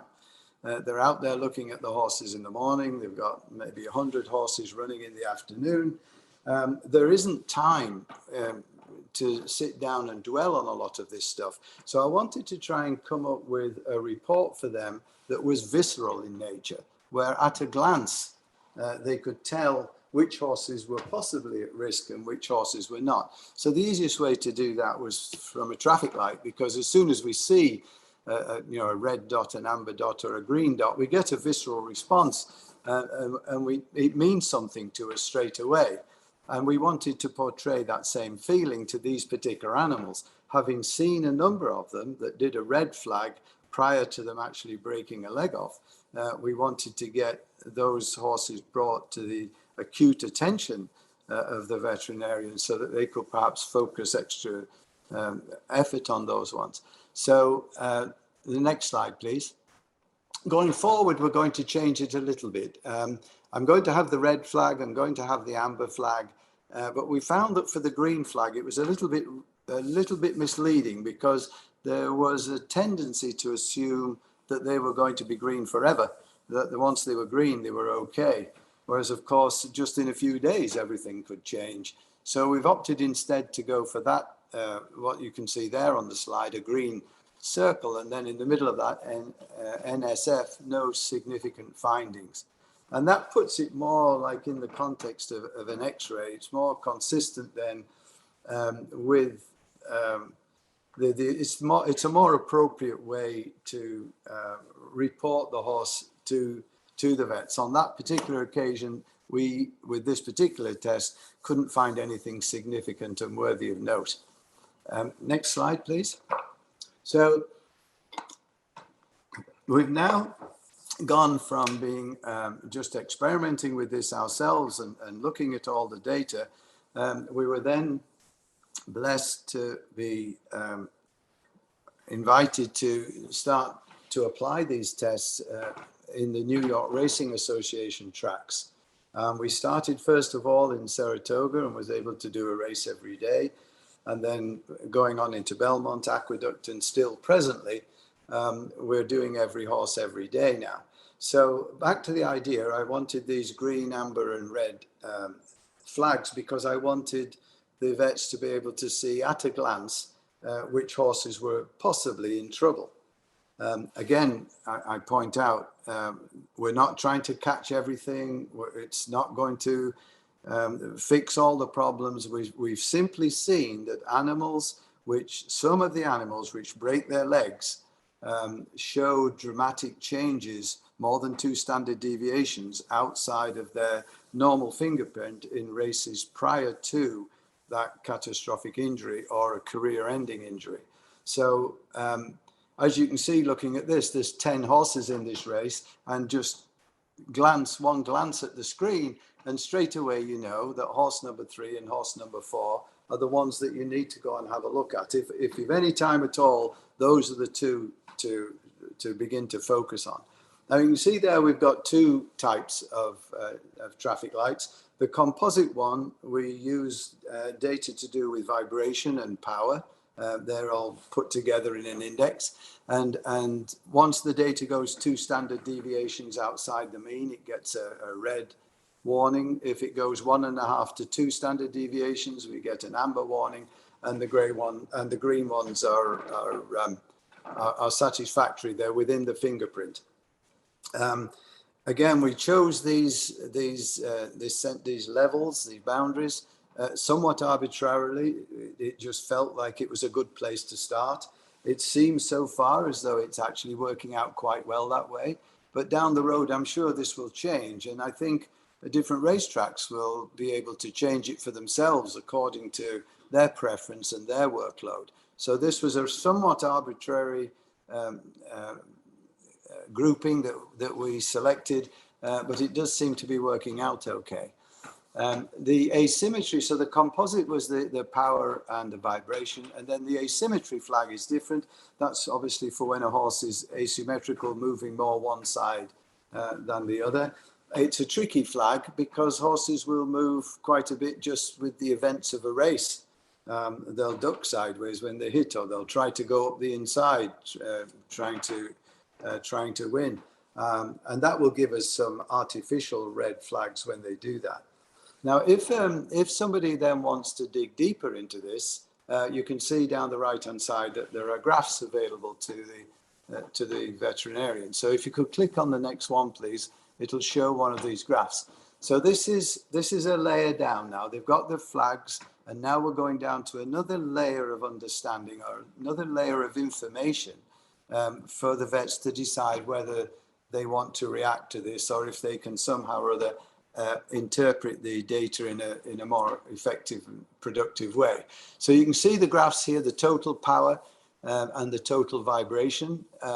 Ghosted in the background is the fingerprint. In this case, it's not for the individual, but it's for the entire track, for every horse that's run on the track at that time. So a bit like Dr. Keegan had on one of his slides there, where he showed all the data for everything they'd done at those various tracks. And you could see how there was a big gray band that incorporated all of that data. Well, my line there is the mean plus or minus one standard deviation of all the data from every horse that ran at Saratoga that meeting in terms of total power.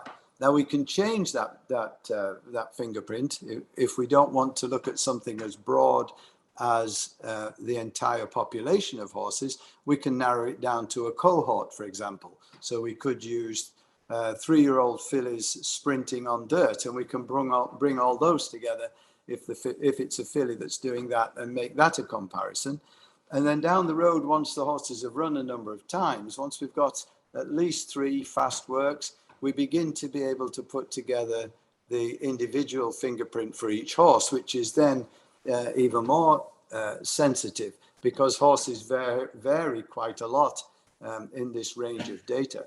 And some of them can have a normal fingerprint that's actually comes out as a red flag when compared to the population at large. These are usually the animals of rather poor quality. So they can be poor runners, sound, and yet nevertheless showing data where the total power is very high and the consequent vibration is very high. So those two, if you could go to the next graph, will show you how we then display for the vets the history. So if we can put up to 5 horses on this graph, much more than that, and it starts to get rather cluttered up. And 5 races is often several months anyway, so that's probably about all the relevance we need. And you can see in this case, the green line is the most current one, and it's colored according to the rating the horse got that day. So this horse 1 got a green for total power on that day. The race prior to that, which was the one in question, no, the race prior to that is the blue line. And as you can see on that one, there's that little peak at around 50 seconds where the power went up. And you can see on the total vibration at the same moment, the vibration went up and then everything settled back to normal. When you watch the video of that race, at that moment, the horse got squeezed a little bit and he made a move to try and get clear and get free. And as he upped the power, he upped the vibration, and then he got back into position again and went on unencumbered. So that was a normal event. Could you give me the next one, please? So then we look at the balance. We present the data in each of the individual forces, the dorsoventral, longitudinal, medial, lateral. Same idea again. The color shows the color it was given on the day. The ghosted in the background is plus or minus 1 standard deviation. And next one, please. And again, we've got the history that you can see. This horse has done different things on different days. He's moved somewhat differently between the two. He ran harder on one race than he did another, which could well have had something to do with all of this. But we plot the history to the balance data just in the same way that we do with the total power and vibration. Next one, please. And then this is an event trigger. When we do all the smoothing, there's a danger of missing events that are brief. And so we had to put a special program together to try and pick those out from the smoothing events. The mathematicians played with that so that we could identify significant small events. And in this particular case, you can see that about 90 seconds into the race, there was a mediolateral single event, a single trigger event. You get quite a lot of those at the end of a race because jockeys will be hitting their horses with the crops and the horses will move and they'll try and get position. So that just shows an example of a trigger. And at that point, it's worthwhile to go back and look at the video, read the chart before you decide whether or not that was a significant event.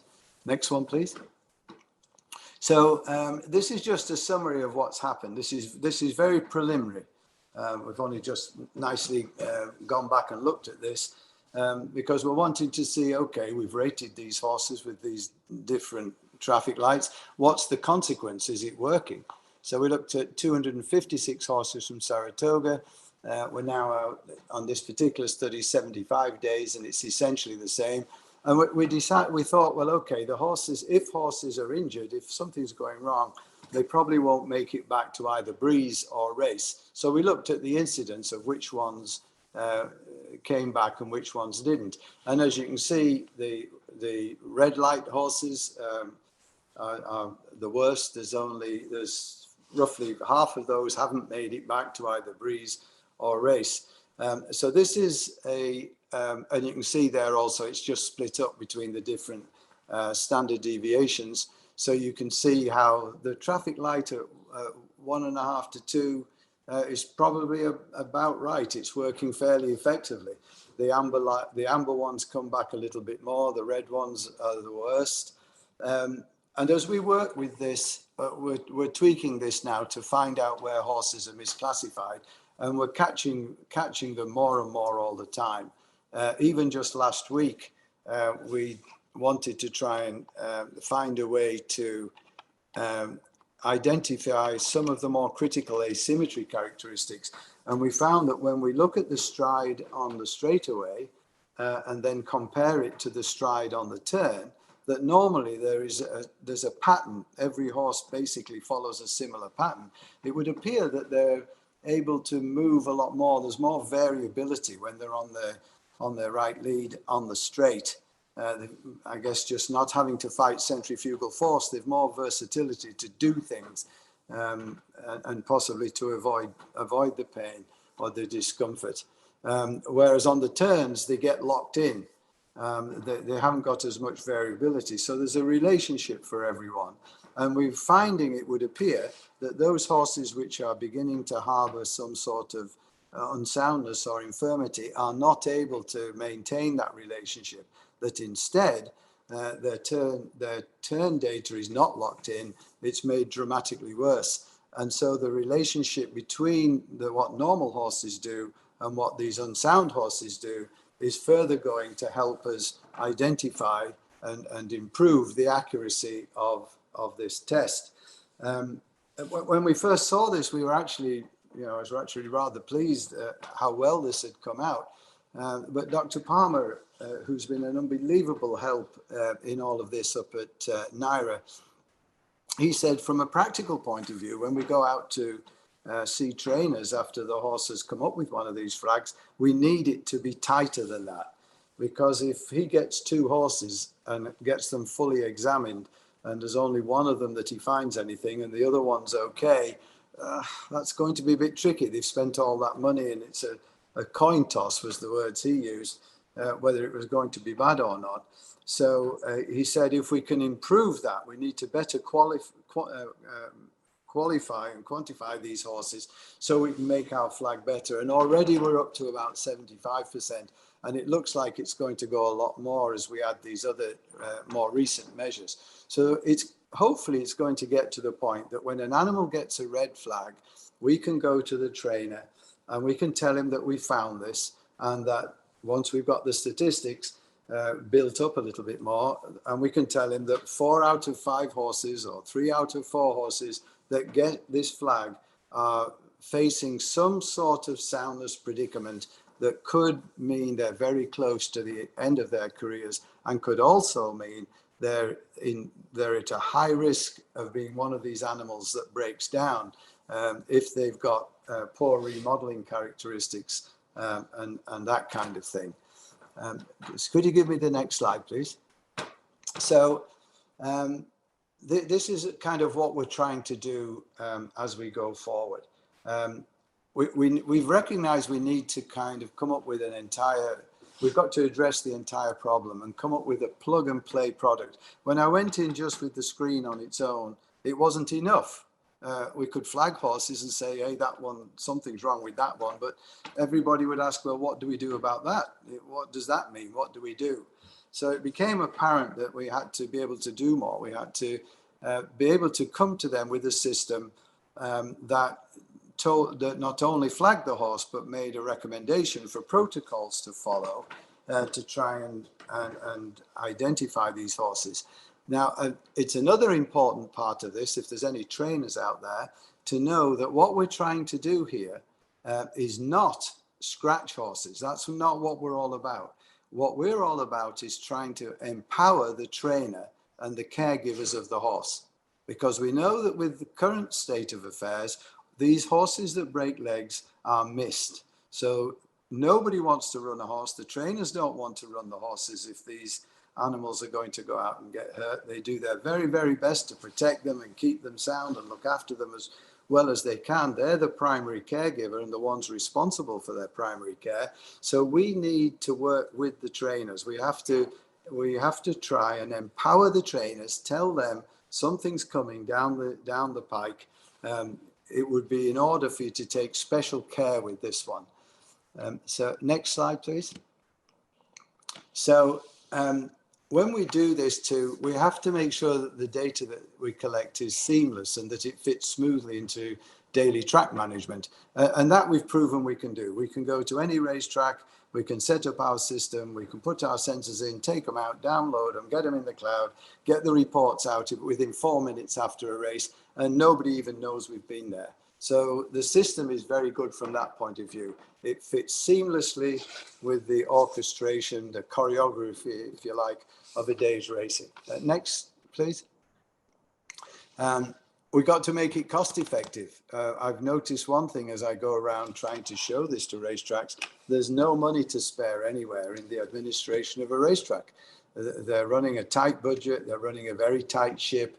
There's not a lot of wiggle room, and there's certainly not room to bring a very expensive test. So we're doing all we can to make this cost effective. And the way in which we're doing that is just automating everything. And so that we can just get very quick solutions without a lot of expensive human intervention. Next. This point about why the horse got a flag must be answered. That's a little bit of that statement's maybe passed us by a little bit now. There was a time when we were thinking we might have to give the trainer a bit of a heads up just to try and get them to start working with us, because they were going to ask, why did it get a flag? And we started playing with it, but it's tricky because we're not meant to be diagnostic. However, when you look at this, you can't help but recognize that there are patterns. You can see when the hind limb springs are not working properly. You can see when the hind limb spring doesn't work properly, that the horse then will start to overload in the catching phase of the front leg stance, and you'll see mistiming of the peaks, and you'll see increased forces and vibrations. And then equally importantly, when things start to go wrong, you'll see a lot of postural adjustments when the horse is up in the air. The airborne phase signal is completely different in some of these unsound horses, and it's tempting to believe that they're attempting a postural realignment as they try to get ready to land the next stride. But I think what's going to be the better system is if we can make our traffic lights as precise and as accurate as we can, then the trainers are going to be confident that we're giving them information.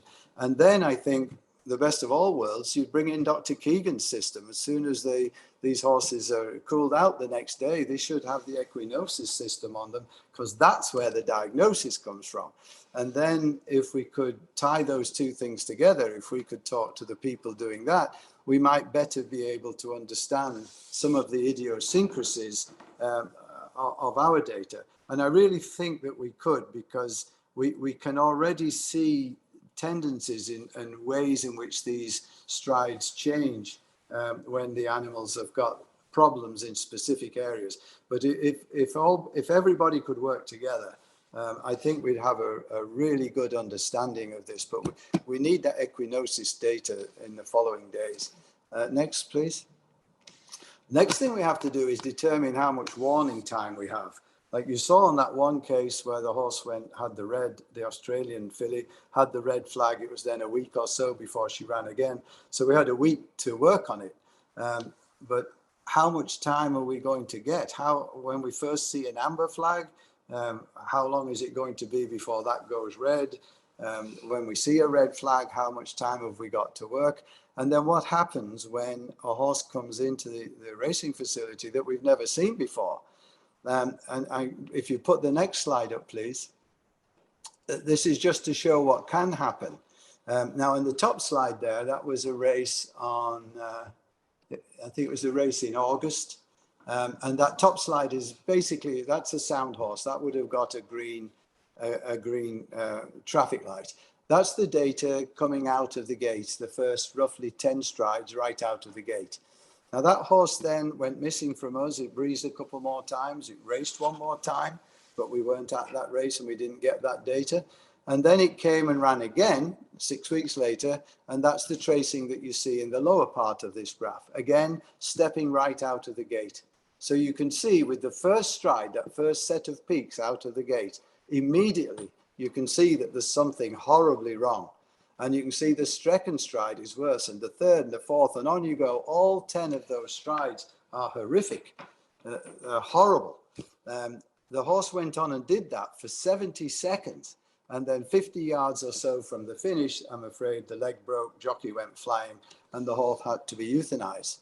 So it's very tempting to think that we're going to be able to see some of these things coming. I was hoping that when we do this, we'd be able to get enough data prior to races that we could prevent them ever going into a race, that we could empower the trainers, that they could get on it. And if there was something that was dangerous, that they would be able to take the necessary steps to recover the horse.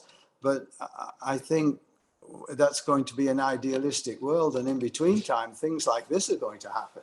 So what does the industry do about this? If this becomes the norm, if this is what happens, what are we going to do? And I've seen in almost all the cases now, the minimum amount of time that it takes between the signal going off and the leg actually breaking is about 10 seconds. This is an unusual one, it was 70. But there is a time leading up to the fracture that things start to go wrong with the horse. I haven't seen them all yet, obviously. I'm sure there'll be some that will just go out of the blue. But for all the ones we've done so far, 10 to 20 horses, they've all done this. So it's tempting to believe that one day we'll have to have a real-time onboard system, which is set to a confidence level required by the trainers, the riders in particular, and the racetracks, that puts a warning light on. So when the horse came out of the gate, you got that first signal, really nervous. Second, you're super nervous. By the third, by the fourth, at what point do we suddenly say, and it's probably going to have to be a mathematical point, maybe even an AI point that'll work this out, but we'll have to get to the point where we say the risk of this being a breakdown case is so high going forward that we must put a warning out to that jockey. Somehow or other we've got to alert him so he has the opportunity to pull it up before the horse goes down and possibly the jockey gets paralyzed. Next one. Dr. Lambert. So this is what's on my to-do list and where we're headed.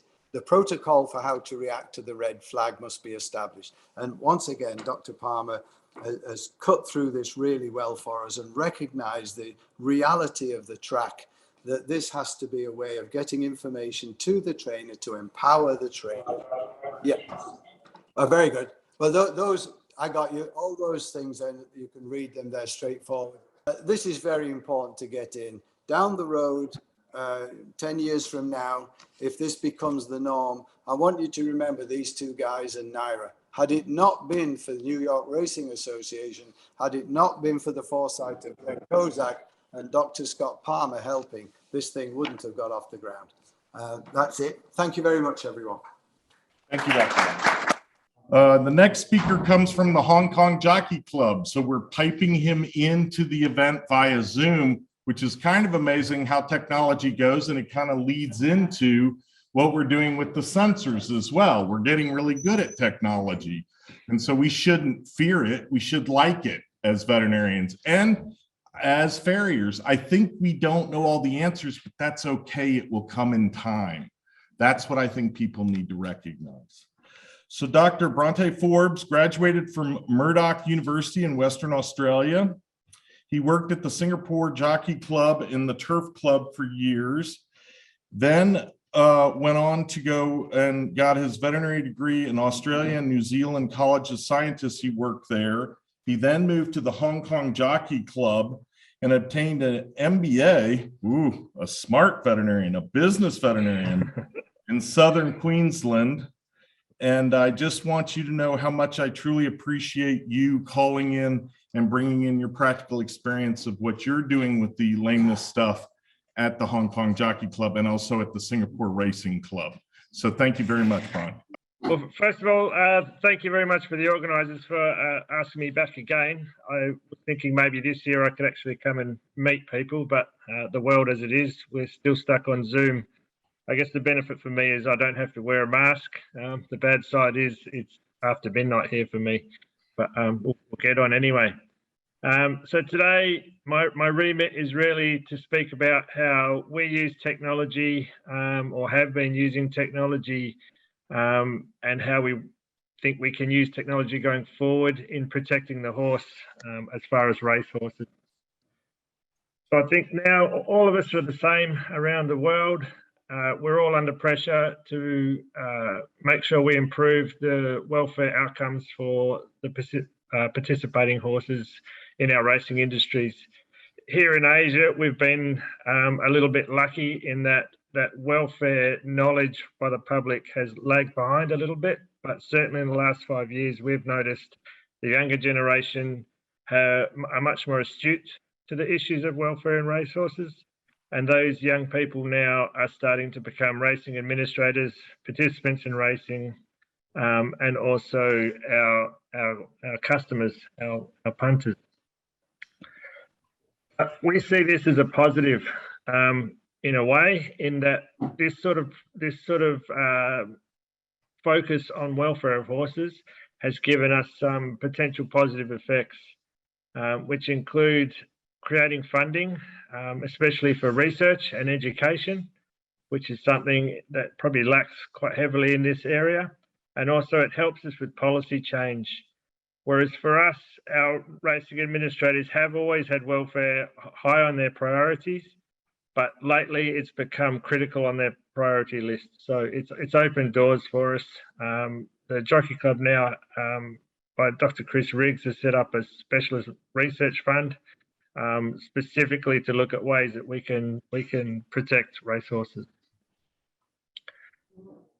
Now, injury rates around the world have reduced significantly in some jurisdictions, but in others, such as ours, it's plateaued. There's some reasons or possible reasons for that is that some jurisdictions are catching up with best practice, whereas others have already been undergoing that best practice, and we've now peaked in our knowledge. Some people would suggest it's a statistical anomaly and this will change over time. And then there's other factors. So these you can consider as external factors pushing up on injury rates. So as we're trying to reduce them, there are factors that are pushing against us. There's things like racetracks, where we're making racetracks safer, but we're also making them faster, so horses can run faster. If they're running faster, there's more force on their limbs, more likely to have an injury. Other factors such as breeding. We breed horses to race faster. We don't breed horses to break down less. And then there's the economic effects where racing is under some financial pressure in many parts of the world. So horses are being pushed to race more often and maybe possibly when they shouldn't be. Now, this is my opinion, but my opinion is probably the former and the latter of the two areas that are causing this plateauing effect on the racing injuries over time. So what are we doing currently? Well, currently we have a pre-race veterinary examination, which can be a visual inspection and trot-up examination, palpation of the limbs if you're lucky, heart auscultation if you have the time. And as we've seen from the Melbourne Cup in Australia, they're starting to look at advanced diagnostic imaging. But the issue we're having is it's very variable between jurisdictions and individuals. So for example, with the timing of examinations in Singapore, we would trot up these horses on their way to the saddling area. In Hong Kong, we do it the day before racing. And then for the Melbourne Cup, these horses were trotted up numerous times up to 2 weeks before the races. So we don't have a standardized way of doing it. The thoroughness of these examinations is also different between jurisdictions and between individuals. And this may depend on the time that you have. Obviously, if you've got to examine the horse or 14 horses on their way to the mounting yard, you have a lot less time than you do if you have 2 weeks beforehand. And then how we standardise these examinations for every race. So again, I'll use Australia as an example because in places like Singapore and Hong Kong, we can standardise these examinations. But in Australia, if you have a race like the Melbourne Cup, you have a lot of examinations going into the race, multiple advanced diagnostic imaging of the horses. But if you're in a country track in Australia, the horses may not be looked at other than trotting on the way out to the barrier. So this all leads to an issue of lack of good evidence-based information on how effective what we're doing actually is, and also on our ability to monitor how we're going using these methods. Another issue there is the variability of documentation. So different countries, different jurisdictions, what we're writing down and what we're recording is different, and in some places poor, and that makes it very difficult to study. And when it's difficult to study, it's difficult to get good, strong evidence that what we're doing is working. Other things that we do is pre-race examination and monitoring of records. So veterinary records, racing records, track work records, stewards reports, information from stewards. But these are all or suffer the same issues where reduced standardization amongst different jurisdictions, amongst different people. And that means we have a lack of evidence to support that what we're doing is actually effective. The other issue with the monitoring of race records, certainly what we find is that there is a lot of information. The more we look, the more information we think we can plug in. And we end up with a too much information issue where it's then very difficult to determine what information is important and to get through all the information pre-race for each race. But these things are still important to do. In fact, they're very important to do. And there's a few reasons for that. Firstly, public perception of the integrity of the process. So it's important that the layperson thinks we're doing the best we can. So as an example, if a horse race breaks down, it fractures its sesamoid bones, for a layperson, it would seem logical and sensible that they could ask the question, was that horse examined? Were those sesamoid bones examined before the horse raced? Although we may have no evidence, which a few speakers before have alluded to, no evidence to say that these are going to stop horses breaking down. These are things we still need to do for the perception of racing. And again, although we don't have the strong evidence for it, there is some association between when we started to do these examinations, these extra procedures, and the reduction in injury rates in horses. So there does seem to be a correlation between the two, and the likelihood is we have made a difference by doing them. So we should continue to do them. There is some evidence, although weak to moderate evidence and logic, that they definitely have an effect, or a positive effect, on performance prediction. Now, this is something we don't talk about as much as reducing injury rates and breakdowns, but when you look at the racing industry, it's important, especially with the way turnovers are changing in some jurisdictions, because if horses race more evenly, if the punters know or how the horse is going to race, they have more chance of gambling on those horses, and then turnover goes up. So part of our job really is to make sure that we get horses to perform as equally as we can. However, we can't sit back on our laurels and say, well, we've done a pretty good job. We've reduced injury rates a lot. We've run out of ideas. We seem to be doing everything that is logical and sensible. And certainly in the jurisdictions that I've been lucky enough to work in, we're given the resources and the time to do everything that we can. But we now need to start thinking outside the box, because we've plateaued with the level of injury rates that we have. So we need to start looking in different areas of how we can improve on things. So where to next then? What is outside that box? Well, there's a number of things that have been looked at around the world. One is integrating technology, and that's what I will focus on today. And I'll use asymmetry assessment as an example of the lessons we've learnt. The other important aspect is risk matrix development. So as I said before, when you have all this information coming in pre-race, we get full track work, we get the full veterinary histories, we get the racing histories, anything that the stewards have picked up, and the stewards will actually go through the track work and ask us questions and highlight things to us of horses that have missed work, etc. It's too much information to take in. So a risk matrix is a way of getting a bite-sized piece of information for each horse that we can quickly go through and make sense of all that information before the race. Then there's biomarkers, which is what everyone's sort of talking about and everyone's looking at, and we're all hopeful for. That there's probably a talk on that on itself. And at the moment we don't have the answer, but there's a lot of research funding and a lot of people doing work on that. So hopefully one day we will. And that leads me to research, which is we need more research in this area. We need more evidence-based research in this area to find out what is working, what's not working, and then we can work out why and how we go forward. And lastly, this has been alluded to in one of the previous talks as well, and I strongly agree with, we need a global approach to this problem.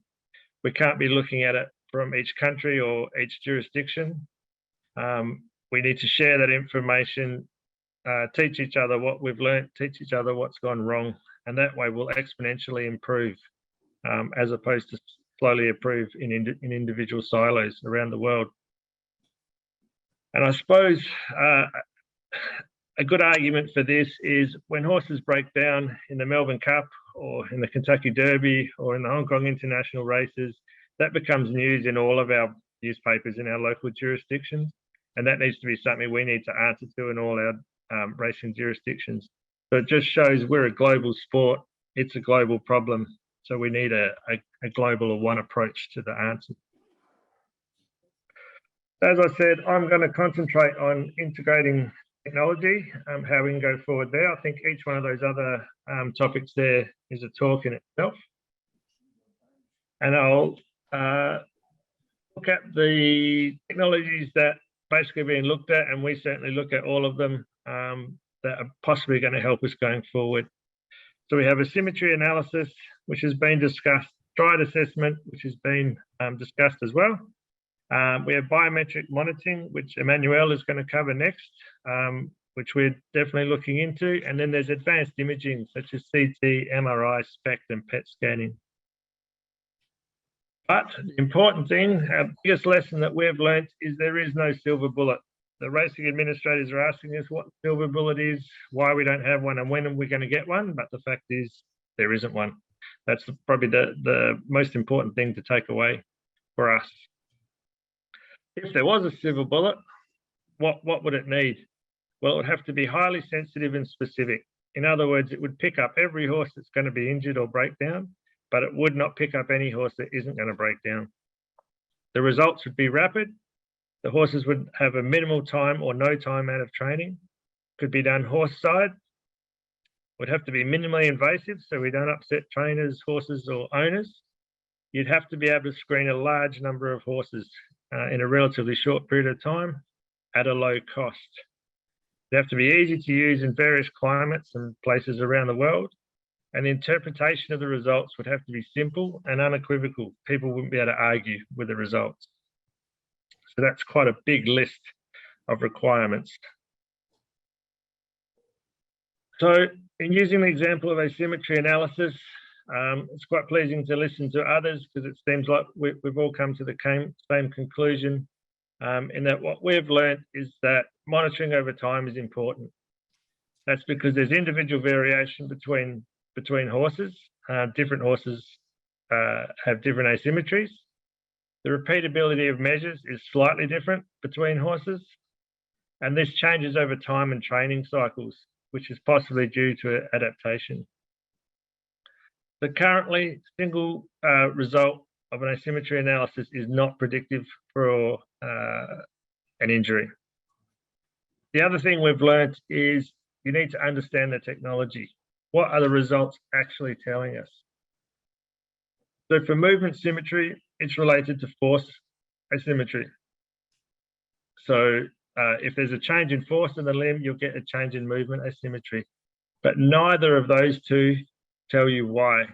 And although knowing that there is asymmetry is important, because it allows you to do further testing, it allows you to move on to nerve blocking and then imaging and then make a diagnosis. It does not tell you what is wrong with the horse. It does not give you a diagnosis, and it does not give you the risk level of that horse having an injury or breaking down. What it may help with is predicting poor performance. That we just don't know yet.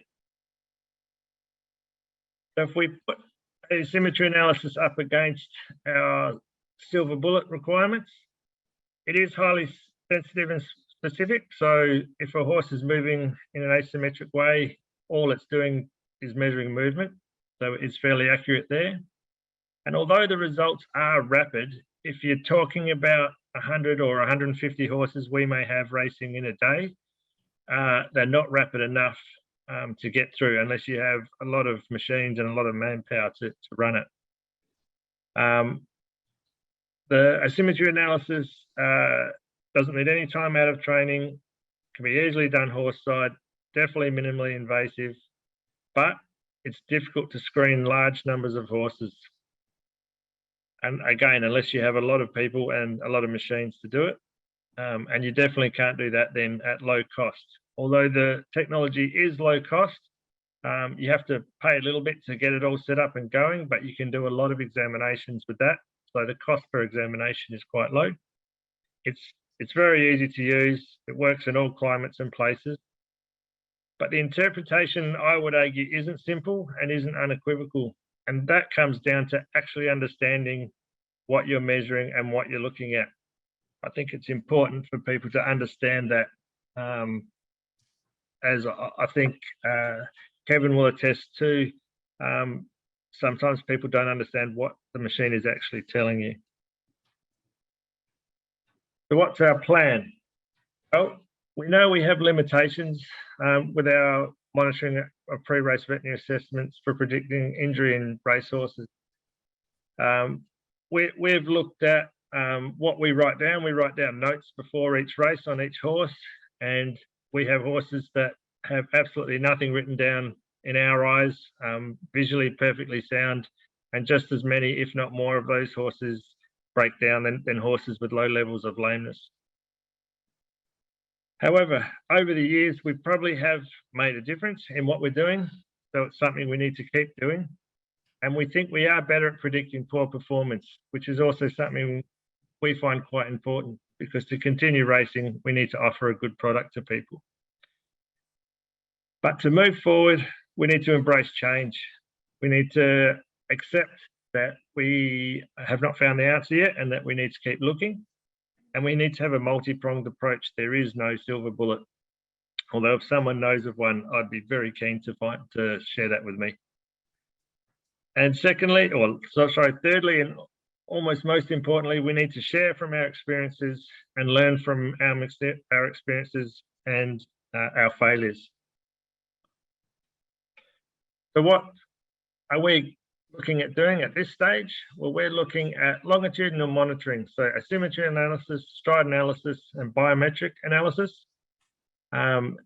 Using them along with the training and track work data and putting them into a risk matrix. This means all this information gives us a smaller bite-sized piece of information that gives us horses that we're worried about.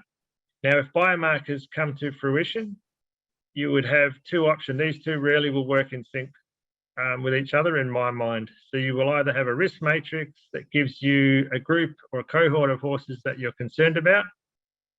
You will then take biomarkers from those horses to see if they truly are at risk, or you will take biomarkers from all the horses, and the ones that come up with positive results, you will run through your risk matrix to get yourself a smaller cohort of high risk, at risk horses. Once you have those horses, it is then feasible to push them through advanced imaging such as MRI, CT, PET, or SPECT scanning. Again, another topic on its own, but probably the physiological type of imaging such as PET and SPECT is looking like the way to go. But once you have all that information, you can then make a proper informed decision on whether this horse should be racing or not. So whether it's fit to race or not fit to race. And then I've just added this asymmetry analysis in at the end there, probably from the talk I did last year as well.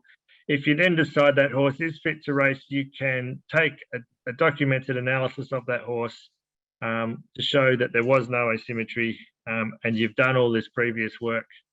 So you've hopefully done your absolute best. I think that's my 20 minutes up. But this is something I've stolen from Winston Churchill. But in short, the take-home messages are there's no silver bullet in this. We need to look at a multi-pronged attack. We need to work together as an industry. And I suppose my thing that I sort of speak about or am pushing for at the moment is we need to get ourselves better evidence-based medicine and put more time, money, and research into this so that we can make better decisions and work out better ways to protect the horse. And that's me. Thank you. Our next speaker, and I'm very excited to see this one, is Dr. Emmanuel van Westergren. She is a national veterinarian out of France, did her PhD. She's veterinary faculty. It used to be at University of Liège, and that's like the big veterinary school in Belgium. And I lived in Belgium for a while, and you always hear about Dr. Emmanuel Westergren as being somebody who's doing cutting edge research, and she really has. She's done a very, very good job, and we really respect her. I hear she's actually in Florida right now, which is kind of impressive. You're in the warm climate. A constant in sports medicine. She has a veterinary practice in Belgium, and she also helps with the Veterinary Equine Practice Society, the French Association of Equine Practitioners, and she was the team veterinarian in 2015 for the the Belgian team. Yeah, I didn't mean to say that, Emmanuel. I said Belgium. Hold on. Doc Well for helping us today, and thank you very much. Thank you very much for having me. All right, Doc, you're ready to go. And again, thank you very much for calling in and helping us understand this technology. With great pleasure. And I'm happy because it's really, from what I followed from the beginning, everything is coming together. There's a consensus here on what we need to do to improve the welfare and health of our horses. We agree that we need to use technology because that is going to up our game and take out, some of the guessing. Here I've taken a picture of the steeplechase races in Paris and trying to figure out which horses we're going to bet on. And it's very hard, of course, even when you're an insider, to have absolute certainty of who's going to win. So I wanted to bring a little bit of a different perspective because, as some of you might know, I work in a private practice in Belgium, and we travel as an ambulatory referral practice doing sports medicine, but from the internal medicine point of view. And so everything that I've done up until now has led to try and improve my understanding of the internal functioning of the horse, and working together with veterinarians who work more on the orthopedic side of things. So if we take the parallel with racing, like motorsports, they do a lot of monitoring of their cars. They have sensors on the wheels, sensors in the cabin, sensors on the driver, etc. They test the fuel. And I think that it's a little bit what we're trying to do in horses, but I feel that sometimes the focus is very much on the chassis of the horse and the legs and the locomotion, and much less on the engine, on the fuel that you're putting in, and on the circumstances in which you race. So maybe we can start to think a little bit outside the box or a little bit more about what's going on internally. But I think that one way of monitoring these horses is to have a general overview of the biomarkers, but from the physiological standpoint. So have systems that allow us to monitor horses while they're working. And one of the technologies that's been very exciting, which has taken us out of the laboratory, out in the field, is the overground endoscope. So you can look at a horse at full speed and see exactly what's going on in his airways, which I find absolutely fascinating. But then there are other things that we can place on the horse and that are non-invasive and that can bring us more information. And that's what I do on a regular basis. I have a very large population of sport horses and show jumpers based in Europe, and they have long careers. So what we're trying to achieve is prevention so that they keep competing at a high level over the different years, which is a little bit different from racing where they have very short careers. So for us, it's doing prevention is something that we're very much used to, and maybe we can think about doing that a little bit more in race horses as well, monitoring the horses even when everything is going well. So when we are at the onset of the season, we will do exercise testing where we look at heart rate and ECG, measure lactates, have some motion analysis systems on the horse, just to have some basic information on how the horse is working and how he's coping with his work. So the idea is to have a way of evaluating the horse's workload, so we know at what level he's working, and then see what the horse's response is.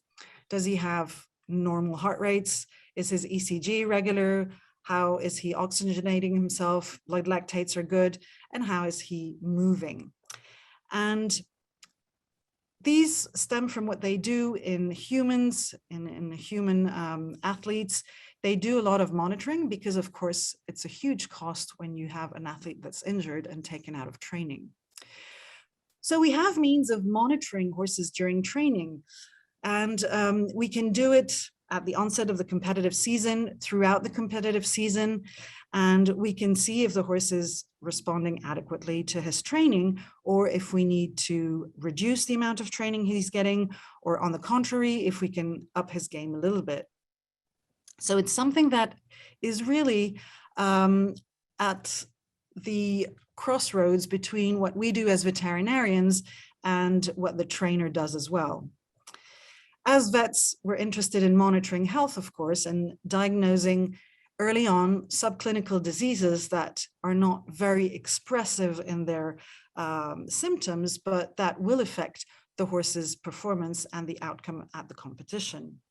So it's trying to investigate how these horses function and use these systems to evaluate horses as a means to decide what we're going to do to diagnose the underlying cause of the poor performance of the horse. It's also a way of looking at horses once they've had an injury and they're rehabilitated. Is it safe enough to be able to return to training, or do we have to wait a little bit more? How does the horse respond in his body to what he's had and to how he's trained? So historically, we have systems like the polar system that allows to record speed and that has a positioning system. It can measure heart rate as well. It calculates some parameters. And I'm sure that most of you are familiar with a lot of these systems that I've listed here in this table. The problem, I think, and something that has been a major limitation to the adoption of these technologies is that they're not that user-friendly. I don't know if you've already seen the software interface for the polar system, but it's extremely complicated. And I think that even with a PhD, I struggle to find ways of, getting relevant data.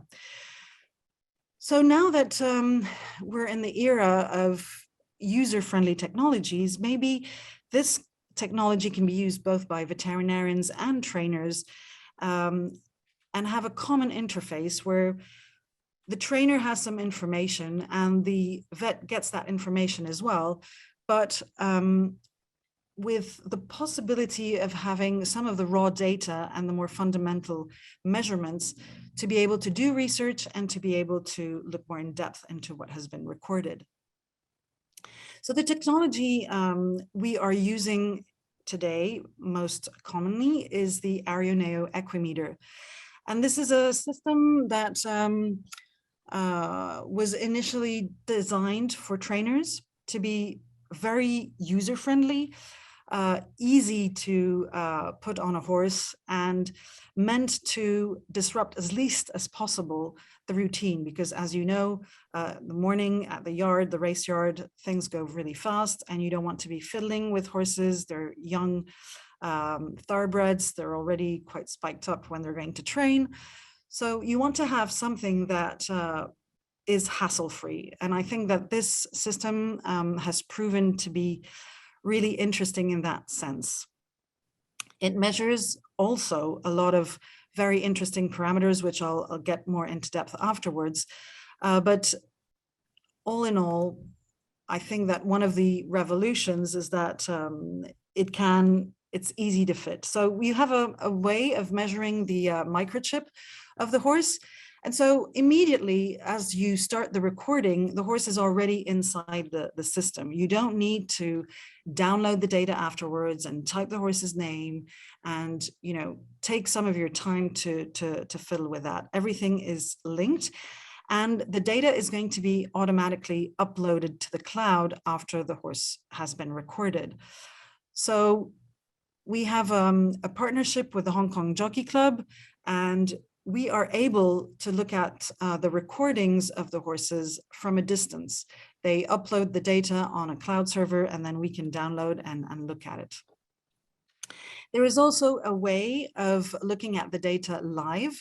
I don't think that we're ready to implement that just yet. I think that the jockeys train, and the fact that they know the horse's heart rate and speed might not be that relevant. I think it's very important for the trainer to be able to look at the data, but it needs to be data that speaks to him. And so it needs to be simple and in words that they comprehend. So this is a graph showing what the equimeter does. It is connected to the horse. It records things like heart rate, ECG, heart rate variability, the workload by looking at the speed, GPS, and the locomotion because it has three-dimensional motion sensors. All the data that is recorded is uploaded to the cloud, and the trainer gets an overview of the data once the horse has finished its training, and he can decide when he wants to look at it. He can also decide if some of the information should go to the owner and send a PDF format report to the owner so that he knows how the horse is progressing. And if he does not want to disclose that data, he's free to do so. So he decides what he wants to show or not. And then if ever something has gone wrong or the horse is a bit off, he can also allow the veterinarian to have access to that data and look more in depth into it. And then that is an open window for discussion. Do we need to interrupt that horse's training? Do we need to program for a lameness examination or for an internal medicine examination for that matter? So this is an example what the platform gives to you very simply: speed, heart rate, stride length, and stride frequency. And you have the mapping of the horse's training here with a color code for the different phases of his exercise. And you have here on the picture below an image of the system that is hooked on the horse. We have here also the overground endoscope, but it's put on the horse's girth and it's not invasive at all.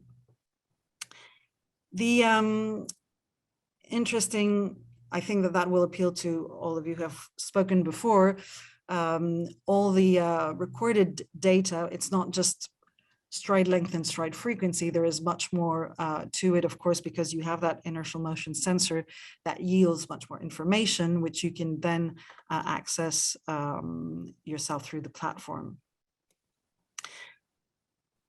It is helpful, of course, for trainers to see if the horse is ready to go back to training or is fit to train. This is an example of a little 4-year-old mare who raced over 1,100 meters as a 2-year-old, but did not progress as expected as a 3-year-old. And then the trainer looked at the data, and from the recording of stride length and stride frequency, saw that this mare would fare much better cantering racing over longer distances. So they increased the distance over which she ran, and she had some good performances thereafter. So it's a very interesting tool because it speaks to the trainer and gives some information on how to adapt the horse's races. What races should you choose for that type of profile in locomotion? Of course, it's also helpful because you can follow the horse over time. You can see if the horse is progressing, and this is data on stride frequency on a horse over several months, and you can see that the horse is improving in stride frequency, and then all of a sudden there is a drop at some point, and this shows that we need to see there is a difference in the progression of the horse. This is a horse that might have an issue there. And so looking at it purely from the locomotion analysis, the stride data analysis, you can see that it is comparable, but then when you look at the recovery, heart rate recovery, the horse is recovering much more easily after the horse has had an intervention to reduce some pain. The horse was, after a veterinary examination, had some high suspensory ligament issues and was treated with shock waves. And then we could monitor her turn to training and see that she had gone back to her usual profile and she was fit to race again. This is an unfortunate picture. This is Red Cadeau, which is a horse that had a stress fracture in 2015 after almost winning the Melbourne Cup a few years beforehand. And we have had some examples of horses that were recorded and that had some either ligament or stress fracture issues. And What we saw as the most relevant data prior to this incident happening is cardiac arrhythmia. So there's not that much of a change in the overall stride length and stride frequency, at least as it is as analyzed right now with the system, which is more of a smoothed data over the total exercise and total training. But when you look more in depth, horses that have some form of pain can have cardiac arrhythmias, regardless of their cardiac health, underlying cardiac health. So we know already that looking at recovery is interesting because healthy performing horses will recover much more quickly, and horses with either locomotor issues or issues that are multiple will have an increase in their recovery rate. It's also a way of, you can look at several horses. This is a trace of the recoveries of a group of 2-year-olds. And the ones that are on the far right have longer recovery times. And all of these horses had some issues, whether they were orthopedic issues or muscular issues or cardiac or respiratory issues. So that is one of the first markers that we see as relevant to looking at the horse's health. And the idea is to be able to compare the horses between them and see if they are, consistent in their trainings within the group, or if there are outliers. And then we can follow this in the same way over time and see if these horses get better or if, on the contrary, they get worse. Eventually, what we're trying to prevent is accidents during races. And we can't predict if the horse is going to go into fatal arrhythmia and full death or not right now when they're racing, because we don't have those ECGs on.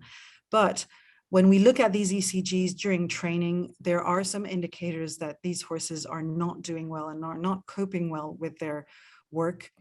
And this is, I think, an interesting additional perspective to looking at the orthopedic issues.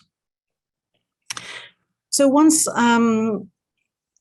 I started to work with the Arioneo group, they offered only the heart rate, and the heart rate was nicely consistent. We validated it against the Televet system for the heart rate and heart rate variability. There are a lot less artifacts because they have some very broad patented electrodes that reduce the artifacts caused by movement. And this seemed to be, to me, interesting enough that we could maybe investigate what the ECG trace looked like. So they extracted the ECG, and I will show you some indications afterwards, but they have a very highly consistent and very reliable signal. So you've got these two electrodes that allow you to have a single lead ECG. One is on top next to the withers and the other one is in the bottom here. They're indicated in yellow. And we validated them against the Televet system. I must say it was much less hassle because the Televet has electrodes that you need to button up to some little stickers. The stickers come off, the cables go all over the place. So here having a single girth with everything on it is much more easy to use. Right now, they do not have a custom software to be able to look at the ECGs. So we look at tracing from the Kubios software, which is meant to look at the heart rate variability, but you can see that you have a very clean ECG tracing. And for sure, it is for us veterinarians good enough to get a clinical reading that is of high quality and that allows us to do diagnostics. So here I've put two tracings of ECGs. The one in the bottom is the one with the Televet and the one on top is the one with the Equimeter. And you can see that there is much less movement artifact and that you've got a cleaner detection here on top with the Equimeter system. This is a horse that had 2 episodes of VPCs and he had them at peak speed. And that is an indication to look at more in depth of what's happening in this horse. any kind of arrhythmic event can have some consequences on the horse's health. And namely, the indicators post-race could be exercise-induced pulmonary hemorrhage, because all of a sudden you're creating a hyperpressure in your lungs due to the arrhythmia. So I wanted to share with you a few clinical examples of how we've used the system. The system is used by the trainer. We're not necessarily there on the day of the training. And so all these recordings were made by the trainer, and then we had a look at them afterwards. So that's the advantage, is that you do some pre-race screening very effectively, because they can measure a great number of horses without you having to be there and work up the horses systematically if everything is going well. On the contrary, if there's anything off, then the trainer can warn you and you can have a look at the data. So this is a 2-year-old colt. He had a promising first race, and then he showed less progress over his trainings than the other 2-year-olds of that racing yard. When you look at his last recording, you can see that the gray or blue tracing here is the speed, and the red trace is the heart rate. And as the speed goes down, the heart rate remains quite high up. So that is a sign that the horse has to compensate for a deficit in oxygen that is greater than it would be usually. Otherwise, that heart rate would go down parallel to that speed. So when we look at the ECG of this horse had regular SVPCs during exercise, even at maximal speeds when he was training. And that tells us that we need to look into this. This means that it could be hypoxemia that is caused by an underlying respiratory problem. It could be linked to a cardiac problem as well. A murmur was detected. This murmur had not been detected before. And it turned out on examination that this horse had mitral valve regurgitation with the beginning of dilation of his left atria. So that is not a good sign. And on the top, you have the heart rate recovery, which you can see that it increased over time. You have, of course, to look at similar training. So you have to compare the same type of exercise on the same type of track to be able to compare them. So this horse had a beginning of a cardiac issue that was incompatible with racing. This would have been a horse that would have had more episodes of supraventricular premature contractions. This would have been a horse that would have bled during exercise as well. And so this is a horse that was taken out of training, because it's no use to trying to push a horse that is, not apt to race. Second case I wanted to share with you was a 5-year-old gelding that was trained in Australia and monitored over 2 consecutive trainings. He had a very disappointing first training. He had irregular heart rates on the ECG. So when you look at his data, the speed data is here in blue on the top, and the heart rate data is in red. And they have a limit at 250, but when you look in detail at that ECG, we went up to 280 beats per minute. And on the second faster training that they did, they had to stop the horse because he was not doing well at all. So you can see that there is the exercise here, the speed goes down really progressively, and the heart rate stays very, very high up. So that is typical of atrial fibrillation, which is a condition that happens in racehorses either paroxystically. That means that the horses will have it, and then it will revert after 48 hours to normal rhythm. But in this case, this horse had sustained atrial fibrillation, and this condition is not compatible with performance. It is also a condition that can cause collapse in horses, and in some instances, death. So if you're pushing a horse to its maximal effort, you want him to have a sound heart. This is a horse on which we need to do further investigation to see if we can cardiovert him back to a normal rhythm.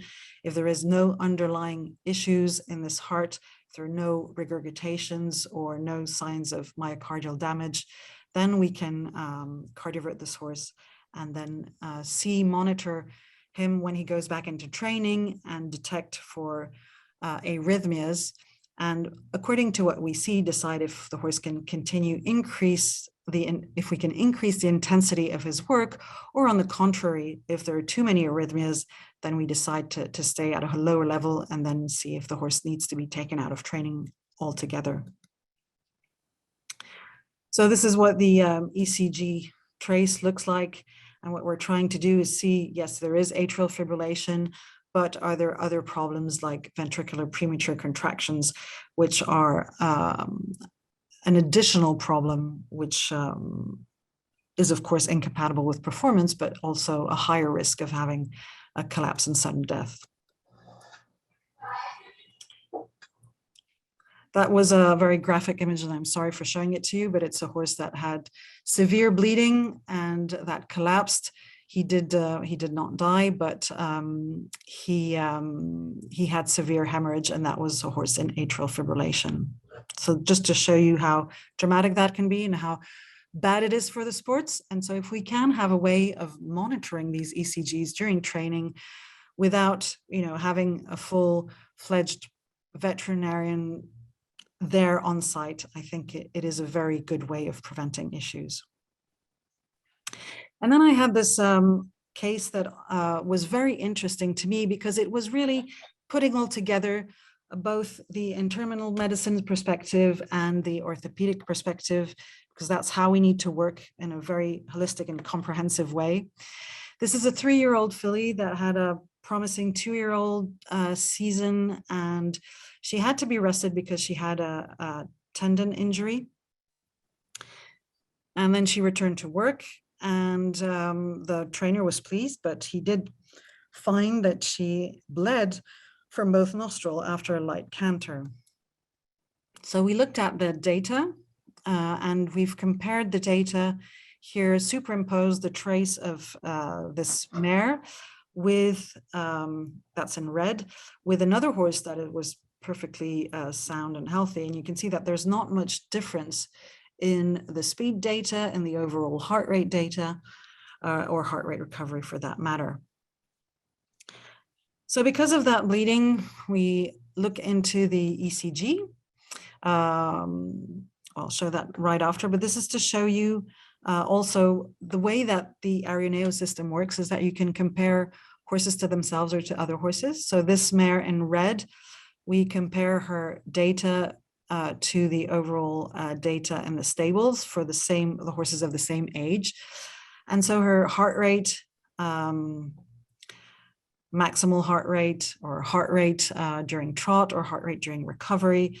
And you can see that she's above a little bit for the heart rate recovery after 15 minutes.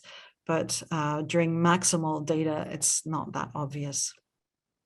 We look at her ECG, and she has got very frequent supraventricular premature contractions. And whatever the type of whatever the phase of the exercise that she's in. So to me, as an internal medicine specialist, this could be a sign of hypoxemia. That means poor oxygen values in the horse's system. That could be caused by an airway problem. It could be caused also by primary cardiac problem, an infection, a muscular problem, overtraining, which would not be the case here because she has been rested for a long period of time, or potentially to fatigue. But there again, this is even at submaximal levels of exercise. So we did an overall run-up where we sampled the airways to see if we had an airway issue. You can see that she bled from the lungs from those syringes that are taken from her bronchoalveolar lavage, so sampling the lungs. And looking at the lavage, we can see that, yes, indeed, she has bled. She has bled 2 episodes, which correspond to the 2 faster exercises that she did. but there is no significant inflammation of the airways there that could explain the bleeding. We did not have a cardiac murmur on auscultation, but we still did an echocardiography, which did not show any underlying cardiac issue. So this is a horse that is bleeding from the lungs without any primary cardiac or respiratory issue. And so we saw that when she was given an anti-inflammatory, and we did submaximal exercise because we did not want to push that mare, she had less frequent SVPCs. And our conclusion was that her arrhythmia was induced by pain. And that is something that is well described in humans, and we're starting to see how that fits with our equine athletes as well, is that you can have pain-induced arrhythmia in horses without any underlying primary cardiac or pulmonary issue. So here we had a horse that bled from the lungs, secondary to cardiac arrhythmia, which was initially caused by pain. We allow this mare to recover longer and allow the tendon to heal more effectively. We can keep on monitoring her during training, see that she has less and less arrhythmias, and then she can return safely back to training and to more intense training and then to racing. So with this, I just wanted to show you that we use a tool that is given to the trainers as a monitoring tool for them to follow up the training of their horses. Once they start adopting this technology, they gain for themselves some relevant information. And for us, it is a very effective communication tool between us and the trainer and the horse. So we can, even without being physically present, have a way of monitoring the horse's response to exercise and decide if the horse needs a comprehensive health check, if we need to do a lameness workup, if we need to do an internal medicine workup. We can detect abnormal patterns at work, compare the horse to himself over time, compare the horse to a group of other horses of the same level, same age. If we have any kind of question on the way that the horse is recovering or behaving during exercise, we have means of investigating more in depth its locomotion and ECG. And I think that that is going to be really, really interesting to improve and improve the horse's welfare and prevent injuries. For some of the jurisdictions where they have barrier trials, it would be very interesting to be able to fit the horses with these systems and have the jurisdiction ask that the horses be fitted with it, because then you can look and compare the data of that horse on that day to the ones of other horses and identify horses that would be at risk, and then call on the regulatory department to decide if that horse is fit to race, yes or no, or if it should have further investigation. And with that, I think I'm done with the time, and I'll be happy to answer any questions. Dr. Emanuel, thank you so much, Dr. Westergren. We're going to move into a roundtable now. So what questions does the audience have? Or are you guys worn out? That was a lot. What did you think of the technology from the Kimmy crowd? I'm going to point to you all. What did you think? A lot? You see where it's going, right? The technology is going to start taking off. The question is, where do you put it? Do you put it with the veterinarian? Do you put it with the farrier? Do you put it with the trainer? Or do you put it with every one of them? Emanuel, I have a question for you. Okay. Emanuel, I have a question for you. When you're doing your ECGs, do you find that the trainers understand it as they start to it, or are they just confused on poor performance? How does that go? You push that conversation. They don't necessarily have a look at it. What they do is that they give us access to the data when they feel that something's off. Great. So I think that's the beauty of it, is that they keep it simple and stupid, if I can say so, without, you know, undermining their work. But you don't want to be confusing them with too much data, and everybody has their own job. I wouldn't be able to necessarily do their work as trainers. I do my work as a veterinarian using the data that they generated without even having looked at it. Thank you, that's good. And then Dr. Bell, one of the questions that people asked was, do you think it will get for the ecnosis Q and things like that? Do you think it will get younger and younger, that people are going to start doing this on like weanlings, yearlings, not just the racing animals, but when they're very young? Yeah, I mean, we've already kind of started that. I mean, we got them as yearlings, and there's only one other guy that I know of that has done it in even younger horses. He's put them on his foals and tracked them along the way. And, you know, it's Dr. Dan Carter in Florida. Yeah. You know, I don't have access to his data, but just talking to him, what he sees as holes continues on as they develop. And yeah, it'll be interesting as the years go on to keep tracking that, see if they stay consistent within the individual and across the individual as well. Well, then, especially with the farriers, because we go back and forth with them for breakover and things.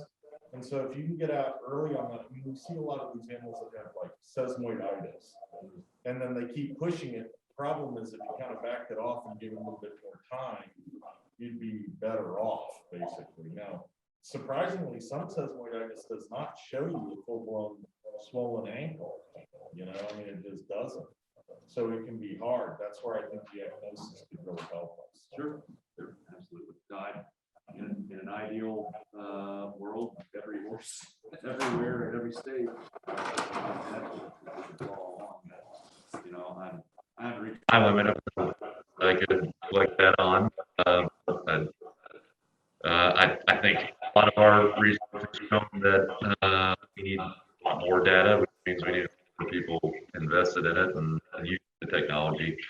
And Dr. Keegan here is an expert in, you know, thousands and thousands of points of data and distilling it down and see if it can tell us anything. But we just need big data, and you know, between our 3 little studies, we're still at the horses, and I think we need tens of thousands of horses to reach the conclusions that we're looking for.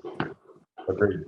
And then the other thing, Dr. Keegan, in the canine stuff, a lot of the wearables are going to AI technology, Python and things like that. Do you ever foresee that happening? Artificial intelligence analysis. Are you going to always put your standards to it from the data you've looked at when you've looked at stuff? It's hard because I don't think we know what normal is yet, right? Yeah, I mean, we now have produced results on studies on like a couple of thousand horses.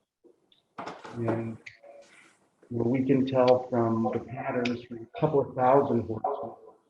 We can tell some general patterns that are helpful. For instance, we can tell that horses that have this particular type of lameness pattern, like what we call ipsilateral lameness, right front and right hind, that they're most likely to have a primary problem in the hind. Or if it's contralateral, left front and right hind, it's more likely to be on the front. But in order to get, you know, more specific information, for instance, is that type of lameness more likely to be like in a stifle or in a hock or in a fetlock? We need data from many more cases than Right. a few thousand. And it'll get more, right? Like distal sesamoidium ligaments or something like that, you only get like 4 a year. Yeah. But if you were to do that over years, you're going to get like 16, 20. It just takes time, right? So I did a little back of the envelope calculation, and if you look at catastrophic musculoskeletal injury, which is, somewhere between half of per thousand starts to maybe 2 per thousand starts. If you were going to do a retrospective study to look at some measure that if you, or some treatment that you could like reduce the injury rate by 50%, or like an odds ratio of 1.5, you would need to study, again, I just did a calculation on the back of an envelope, somewhere between 15 and 100,000 cases. I mean, the catastrophic musculoskeletal injury is such a rare event. Agreed. That you have to sample thousands of horses in order to detect an effect. And we, back in the 90s when we were doing the veterinary exams, Dr. Barry was there, and it was a lot of communication. They say, well, we have this horse on a watch list, and there might be one horse in like 3 days that was one that we'd be worried about.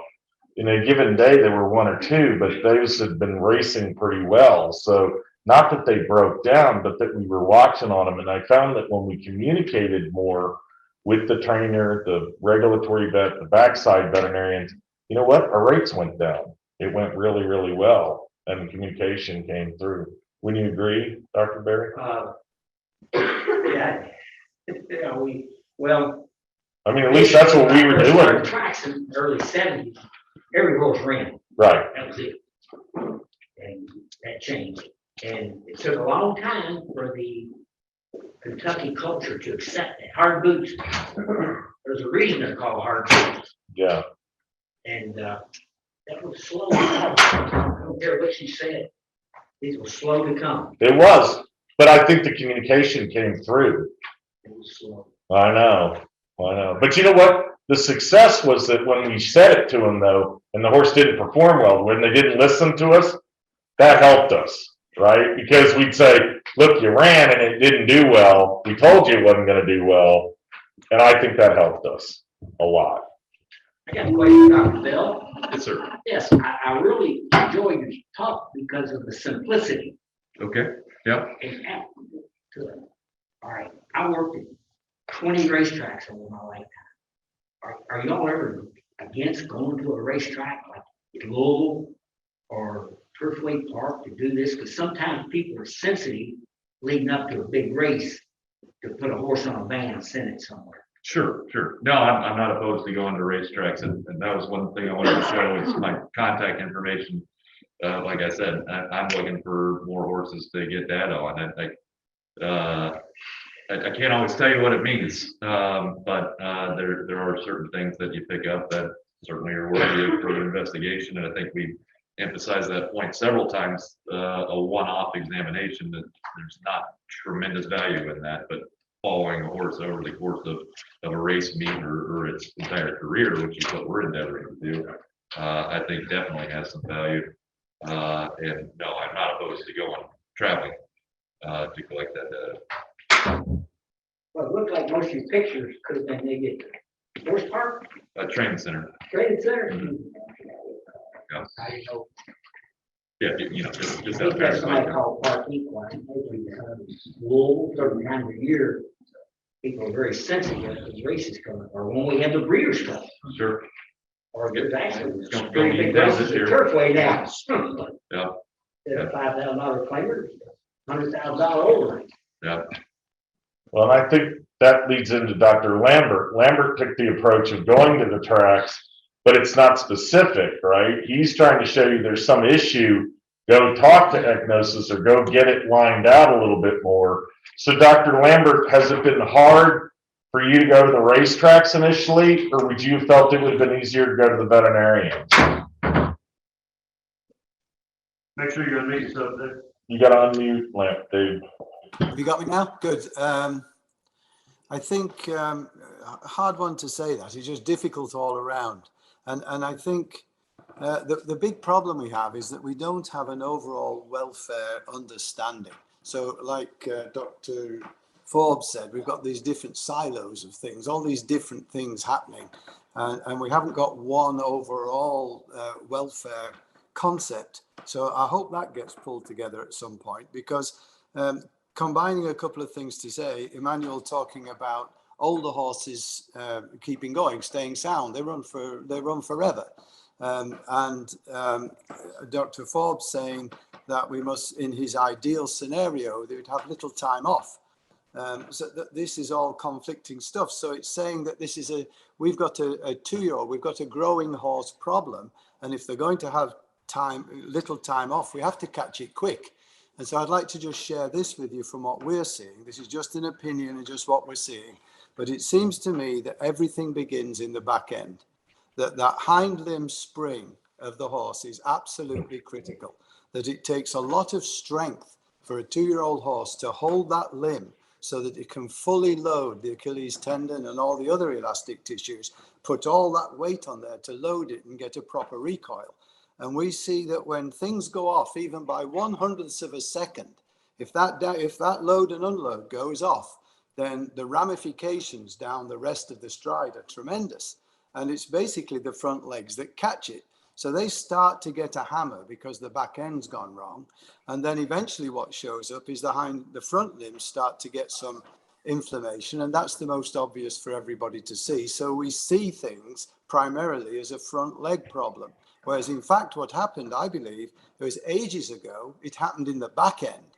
And so if we're going to be able to give them little time off, and if we're going to be able to keep them sound for a long time, we've got to address that back end. We've got to be able to diagnose it at the earliest possible moment, equinosis, physiotherapy, every chance that we can get, chiropractors, identify what's going in that back end, put a protocol together that will be essentially rest or controlled exercise, and give these young animals chance enough to mature so that eventually they then become these old sound horses that just keep dancing every dance forever. But I firmly believe from what we've seen, it's the back end in young horses, and it collapsing when the horse is trying to run fast, and then after that it's had it. It's just a downhill path from there. Thank you, Dr. Lambert. We had a question behind. Yes. Sorry. So in thoroughbreds here, it's not as common to start from the very, very, very beginning to then react when something happens. So I can see that especially the Q minus locator being helpful, especially the larger farms where there's how many foals. Oh yeah. So yeah, just one farrier is responsible for hundreds of foals every year, and he starts production at 6 or 7 days. Yeah, so every 2 weeks, and to get the farriers involved. I agree. So because they're the ones actually touching them every 2 to 4 weeks. I would The agree. veterinarians aren't necessarily touching every single horse on the farm every 2 to 4 weeks. So it's, I think, could be very helpful, especially with the owners and where they're going to put their capital, and if they should take that full to the yearling fields, where they should get some time and train it, and then take it to It's a very good point. The earlier you get in, and the farriers, that's why that was Tex Cauthen's big thing with Mr. Kasner. They all figured out that the farriers, the veterinarians, and the researchers all have to get together. And in the past, we've all been going in different directions. And so to your point, even with the technology, we need to get farriers into the middle of it quicker. And I agree. Good question. Good question. Hans. Has anyone included measuring like the negative Palmer angle of what Dr. Lambert was saying, and you can push on these horses back end and send the front end and send them through the front end, and you can need an X-ray to see that they're sitting the wrong way. No digital cushion back there, even with 2-year-olds, and I don't, no one has addressed the foot. Agree. From that standpoint. I completely agree with you. I think, and Claire and I actually kind of argued about that while we were putting this stuff together. That she showed me that X-ray, and I'm like, holy smokes, that's a bad deal. We got to fix that, and it starts as foals. If they lose their digital cushion, it's hard get it back.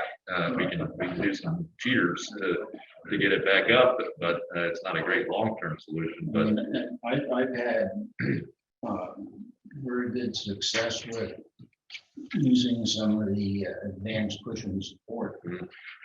And with like a spider bar on the back leg, it works as so fast as that the horse is now gone from non-changing leads in the front to changing leads just Makes sense. because he worked on his hind end. Agreed. That's why today's meeting is so important, Hans, because everybody keeps going front end, front end, front end. And all of us that are out here going back end, back end, back end, you know, and compensating. The horses are not lame, to your point, in one area, right? That's the other question with Ecnosis and Lambert and everybody. It's multifactorial. It's never one, so they're just lame in the ankle in the left front. They start compensating, and I'm sure, Dr. Bronte, you're probably seeing that too, Forbes, out in Hong Kong. They compensate, right? So you can see it, correct? Yeah, so some of the work we did in Singapore, looking at large number of horses, the symmetry analysis.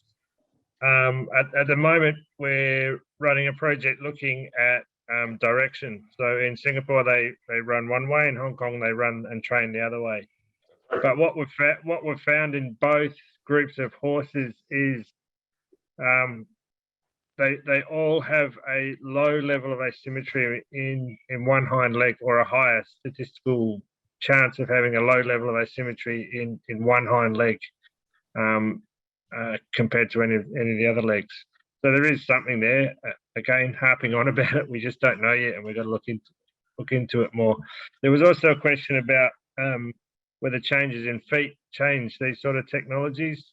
And again, we've just applied for a grant to look at that. So it's kind of nice that everyone's thinking along the same lines. But I think we really need to get good evidence-based medicine to show these things. But again, that's why I'm keen to talk at these sort of areas with different people from around the world, because I think everyone has something to add and we can all learn from each other. Well, to Hans's point, palmar angle, not only in the front end, but the back end. So if they're going to do the work, if you get the grant, are you going to look in all four limbs, or are you going to only do the front? It would depend whether we take x-rays and how much money we get. Yeah, that makes sense. But yeah, we would like to ultimately look at all four limbs with serial x-rays. And there's some, again, different tools, but measuring tools for measuring feet now with photographs that you can overlay on top of x-rays, and you can put these photographs on a computer and it'll work out all the changes for you. So there's a lot of stuff that we can do moving forward. Great. Thank you. Got some online questions. That'd be great.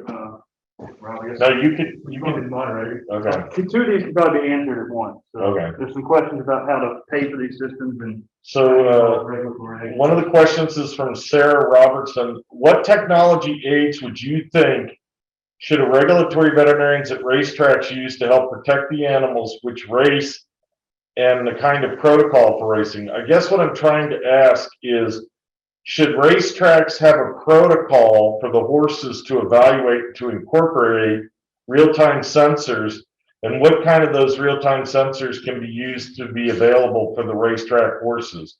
And then they asked the same question below it, was the financial hurdles of these monitoring systems, is that influencing this type of technology? So really, Sarah, and the anonymous question is very similar. How do we get it more utilized, and is the cost a barrier to entry, was the second part of the question. So I'll pass it on to the Ecnosis crowd. Do you see this type of technology being put into a regulatory role at the track? Well, I can start and tell my opinion. Again, I don't think it's going to be used as a one-off measure on the horse before the race. It just doesn't make any sense to do it that way. But the use of it, throughout the meet, I can see that would be very useful. The lameness locator is sold only to veterinarians, and because the information is easily misinterpreted. So regulatory veterinarians are just as likely to get use out of it as a veterinarian doing a lameness evaluation on a horse. So I don't think that is a barrier. The cost, I mean, if you're evaluating many horses, the cost is certainly not a barrier. But that's not what I have run into in opposition to the use. There's to me, there's two sources of opposition to use from veterinarians. One is that they, I don't know, somehow fear it, or they think it's going to make them look bad, or it's going to disagree with them or something like that. And that's really not the point. It just, sometimes I'm wrong, and it doesn't bother me anymore. So, and then the other opposition is from owners and trainers of horses, and they're worried about a improper evaluation of the results, or overzealous interpretation of the results, and or immature overzealous interpretation of the results. And I can see that because if you're not knowledgeable about how it works, and you're just going to be reading a value off the computer, then you can make again overzealous interpretation of it. So to me, that's the opposition, not the cost. Not the cost, that's the opposition. It's not that it can't be done. It's easy to do. It's fear of having it disagree with you, and fear of having it overinterpreted. So I think if I can add to that, sorry, I think by the time the horse turns up to the racetrack, it's too late. I think I have a regulatory role now, and for me to examine a horse on race day, we've sort of missed the boat. These horses need to be monitored beforehand, and we need to be making these informed decisions beforehand. So I think as a regulatory tool, and as Emmanuel said, we work with her, and we've probably put ourselves back a year by the trainers having a fear that if we put these on their horses, we're going to put restrictions on their horses. So it needs to be sold more as a tool for trainers and veterinarians to train their horses, to monitor their horses, and give them the ability to go looking for a problem when there's a problem. And as a group of tools that put flags up for regulators to say, hey guys, you need to go and look at this horse closely. There's a red flag there. This horse is at risk. But for that to work, we need the evidence behind us. But yeah, I think as far as putting it on in races, I think it's too late. This needs to be done. We need to make these decisions before the horse gets to the barrier. and to that point, Emmanuel, do you have any questions? Did cost affect you when you were going to the trainers and things from where you sit? And also Dr. Lambert, do you find that it's a cost thing, or is it a regulatory thing, or what is it? Let's start with Emmanuel.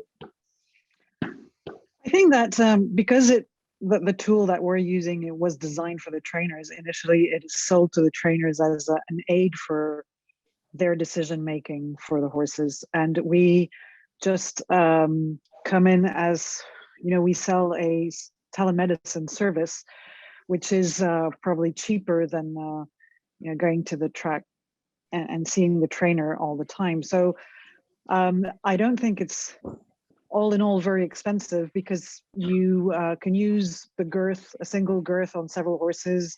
I know that the tracks that we follow in Chantilly, for instance, they've got 5 to 10 girths depending on the size of the facility, and they just do every group of horses that go out, they would take one and go to the next, and because there's a chip reader, then there's no confusion on which horse has been measured when.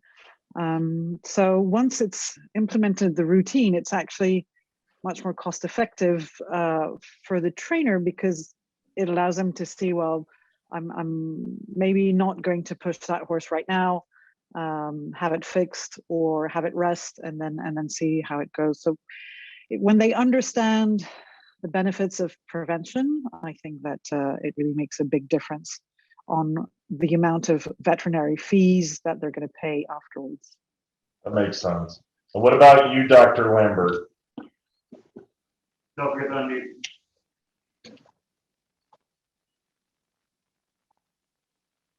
He agrees. Exactly. We have another gentleman on the phone too, Sandy Hawley. If Sandy has any responses, I want to make sure he gets involved in the roundtable as well. Okay. Okay, I'm on now. Thanks. I agree. Yes, I don't see what we're doing as a primary regulatory tool, but I do think it brings elements to all the different interests at the track, and I think that's important. So our primary thing will be to try and fit with everything that goes on in the daily running of a track and training horses. So inasmuch as the trainer is the primary person responsible for the welfare of their horses, I see them as the first person to receive our information. That we give it to them as a heads up, just as if the rider had got off in the morning and said he didn't feel right. Our sensor is a modern day rider. So we just tell the trainer that something has gone astray. It then is his responsibility to look after his animal, call in his vet, do whatever he has to do to look after his animal. I think from the regulatory point of view and the track's point of view, I suppose they have a responsibility to make sure that everything that can be done for the welfare of their horses is being done. And the regulatory people are there to a degree as policemen of the whole thing. So as you start putting the pieces together, you can allocate expense in an appropriate way to each of these people so that overall it gets divided and it's rather small for any one individual. So the racetrack part can be covered with one part of the fee.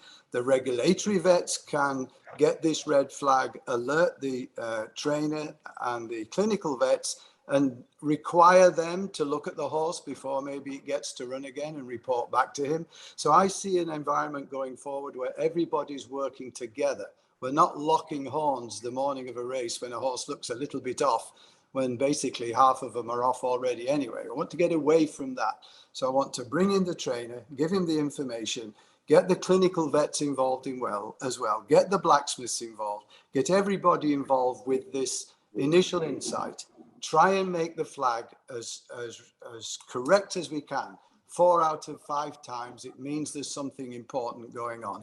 Work together and then decide, let those caring for the welfare of the horse, the trainer and the owner, let them decide whether they want to run it or not. Now, in amongst all that, there's going to be some of them who choose to run the red light. There always is. So the regulatory vets are going to have to watch that. They're going to have to decide what is acceptable and what not is acceptable, what general practice will they say, no, you can't do this anymore. So they'll have a piece to play.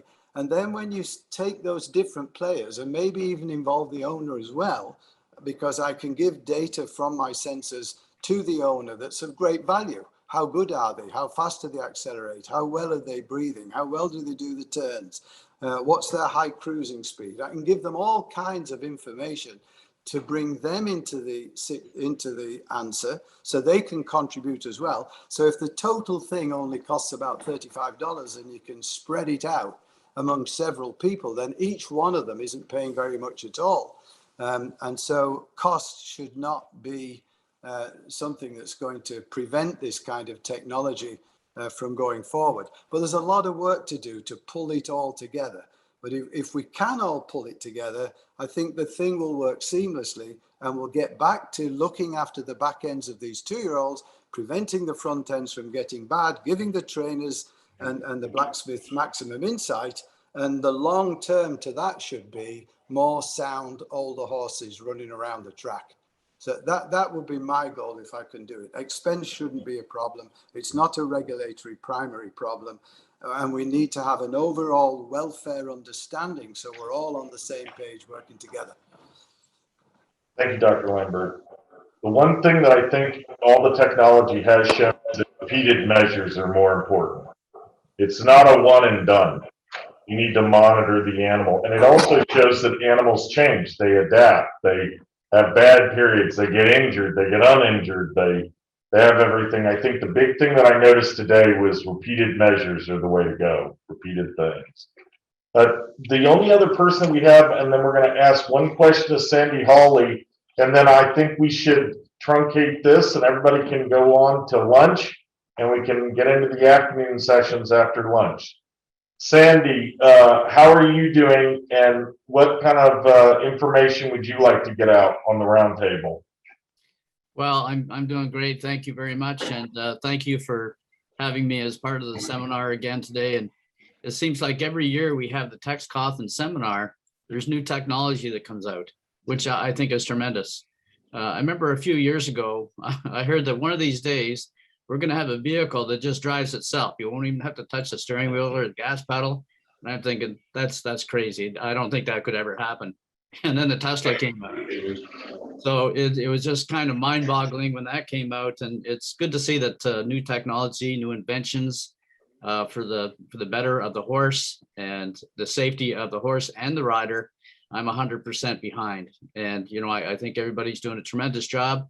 We have some great minds that are trying to make everything more safe in horse racing, which I think is tremendous. And I just want to thank you for having me be part of the panel. And I always enjoy listening to all the new technology that's coming out. I think it's tremendous. Well, thank you, Sandy, and thank you for everything that you do to help us with this as well. My pleasure. So now we're going to start heading off to lunch, but we're going to thank a couple of sponsors, and Hans is going to help me with that, or would you like me to do that? You've got the list. Okay. I'd like to thank Mr. Kasner, Godolphin. I'd like to thank Kesmark, the Kentucky Agriculture Department, and the Gluck Center. Thank goodness they gave us a warm room. Believe me, this room's not warm all the time. I've walked in here where I felt it was the Arctic Circle. So they got this thing going today. I'd like to thank Wycliffe, and I'd like to have Hans bring up the different individuals to the farrier groups because they're all here. I mean, we have many different groups, the farrier product distribution groups, we're your farrier group. We really want to get more communication with the farriers and the other. I'd like to also thank Agnosis, Stride Safe, Ariana, and their technology, and all the speakers that came today. Specifically, I'd like to thank Dr. Rhodes, Dr. Finger, Dr. Keegan. Thank you for coming all this way from Missouri. Dr. Forbes, I hope you're doing well in Hong Kong. Dr. Emmanuel Westergren, she's wonderful. If you all ever get to know her, she's really, really good. And again, thank you all very, very much. Dr. Lambert, I'd also like to thank you. And Sandy Hawley, I'd like to thank you for being here today. Let me add, I think there's some real advantage to having the same speakers come more than just once, because just to keep us up to date. I agree. I think that was very helpful. From the time we first saw this, even though you had your mathematics right, but where you're making it practical now, it is interesting how your technology has changed as well. So not that the technology's changed, but how you're applying it has changed. How's that? Yeah, practice makes perfect. Yeah, agreed.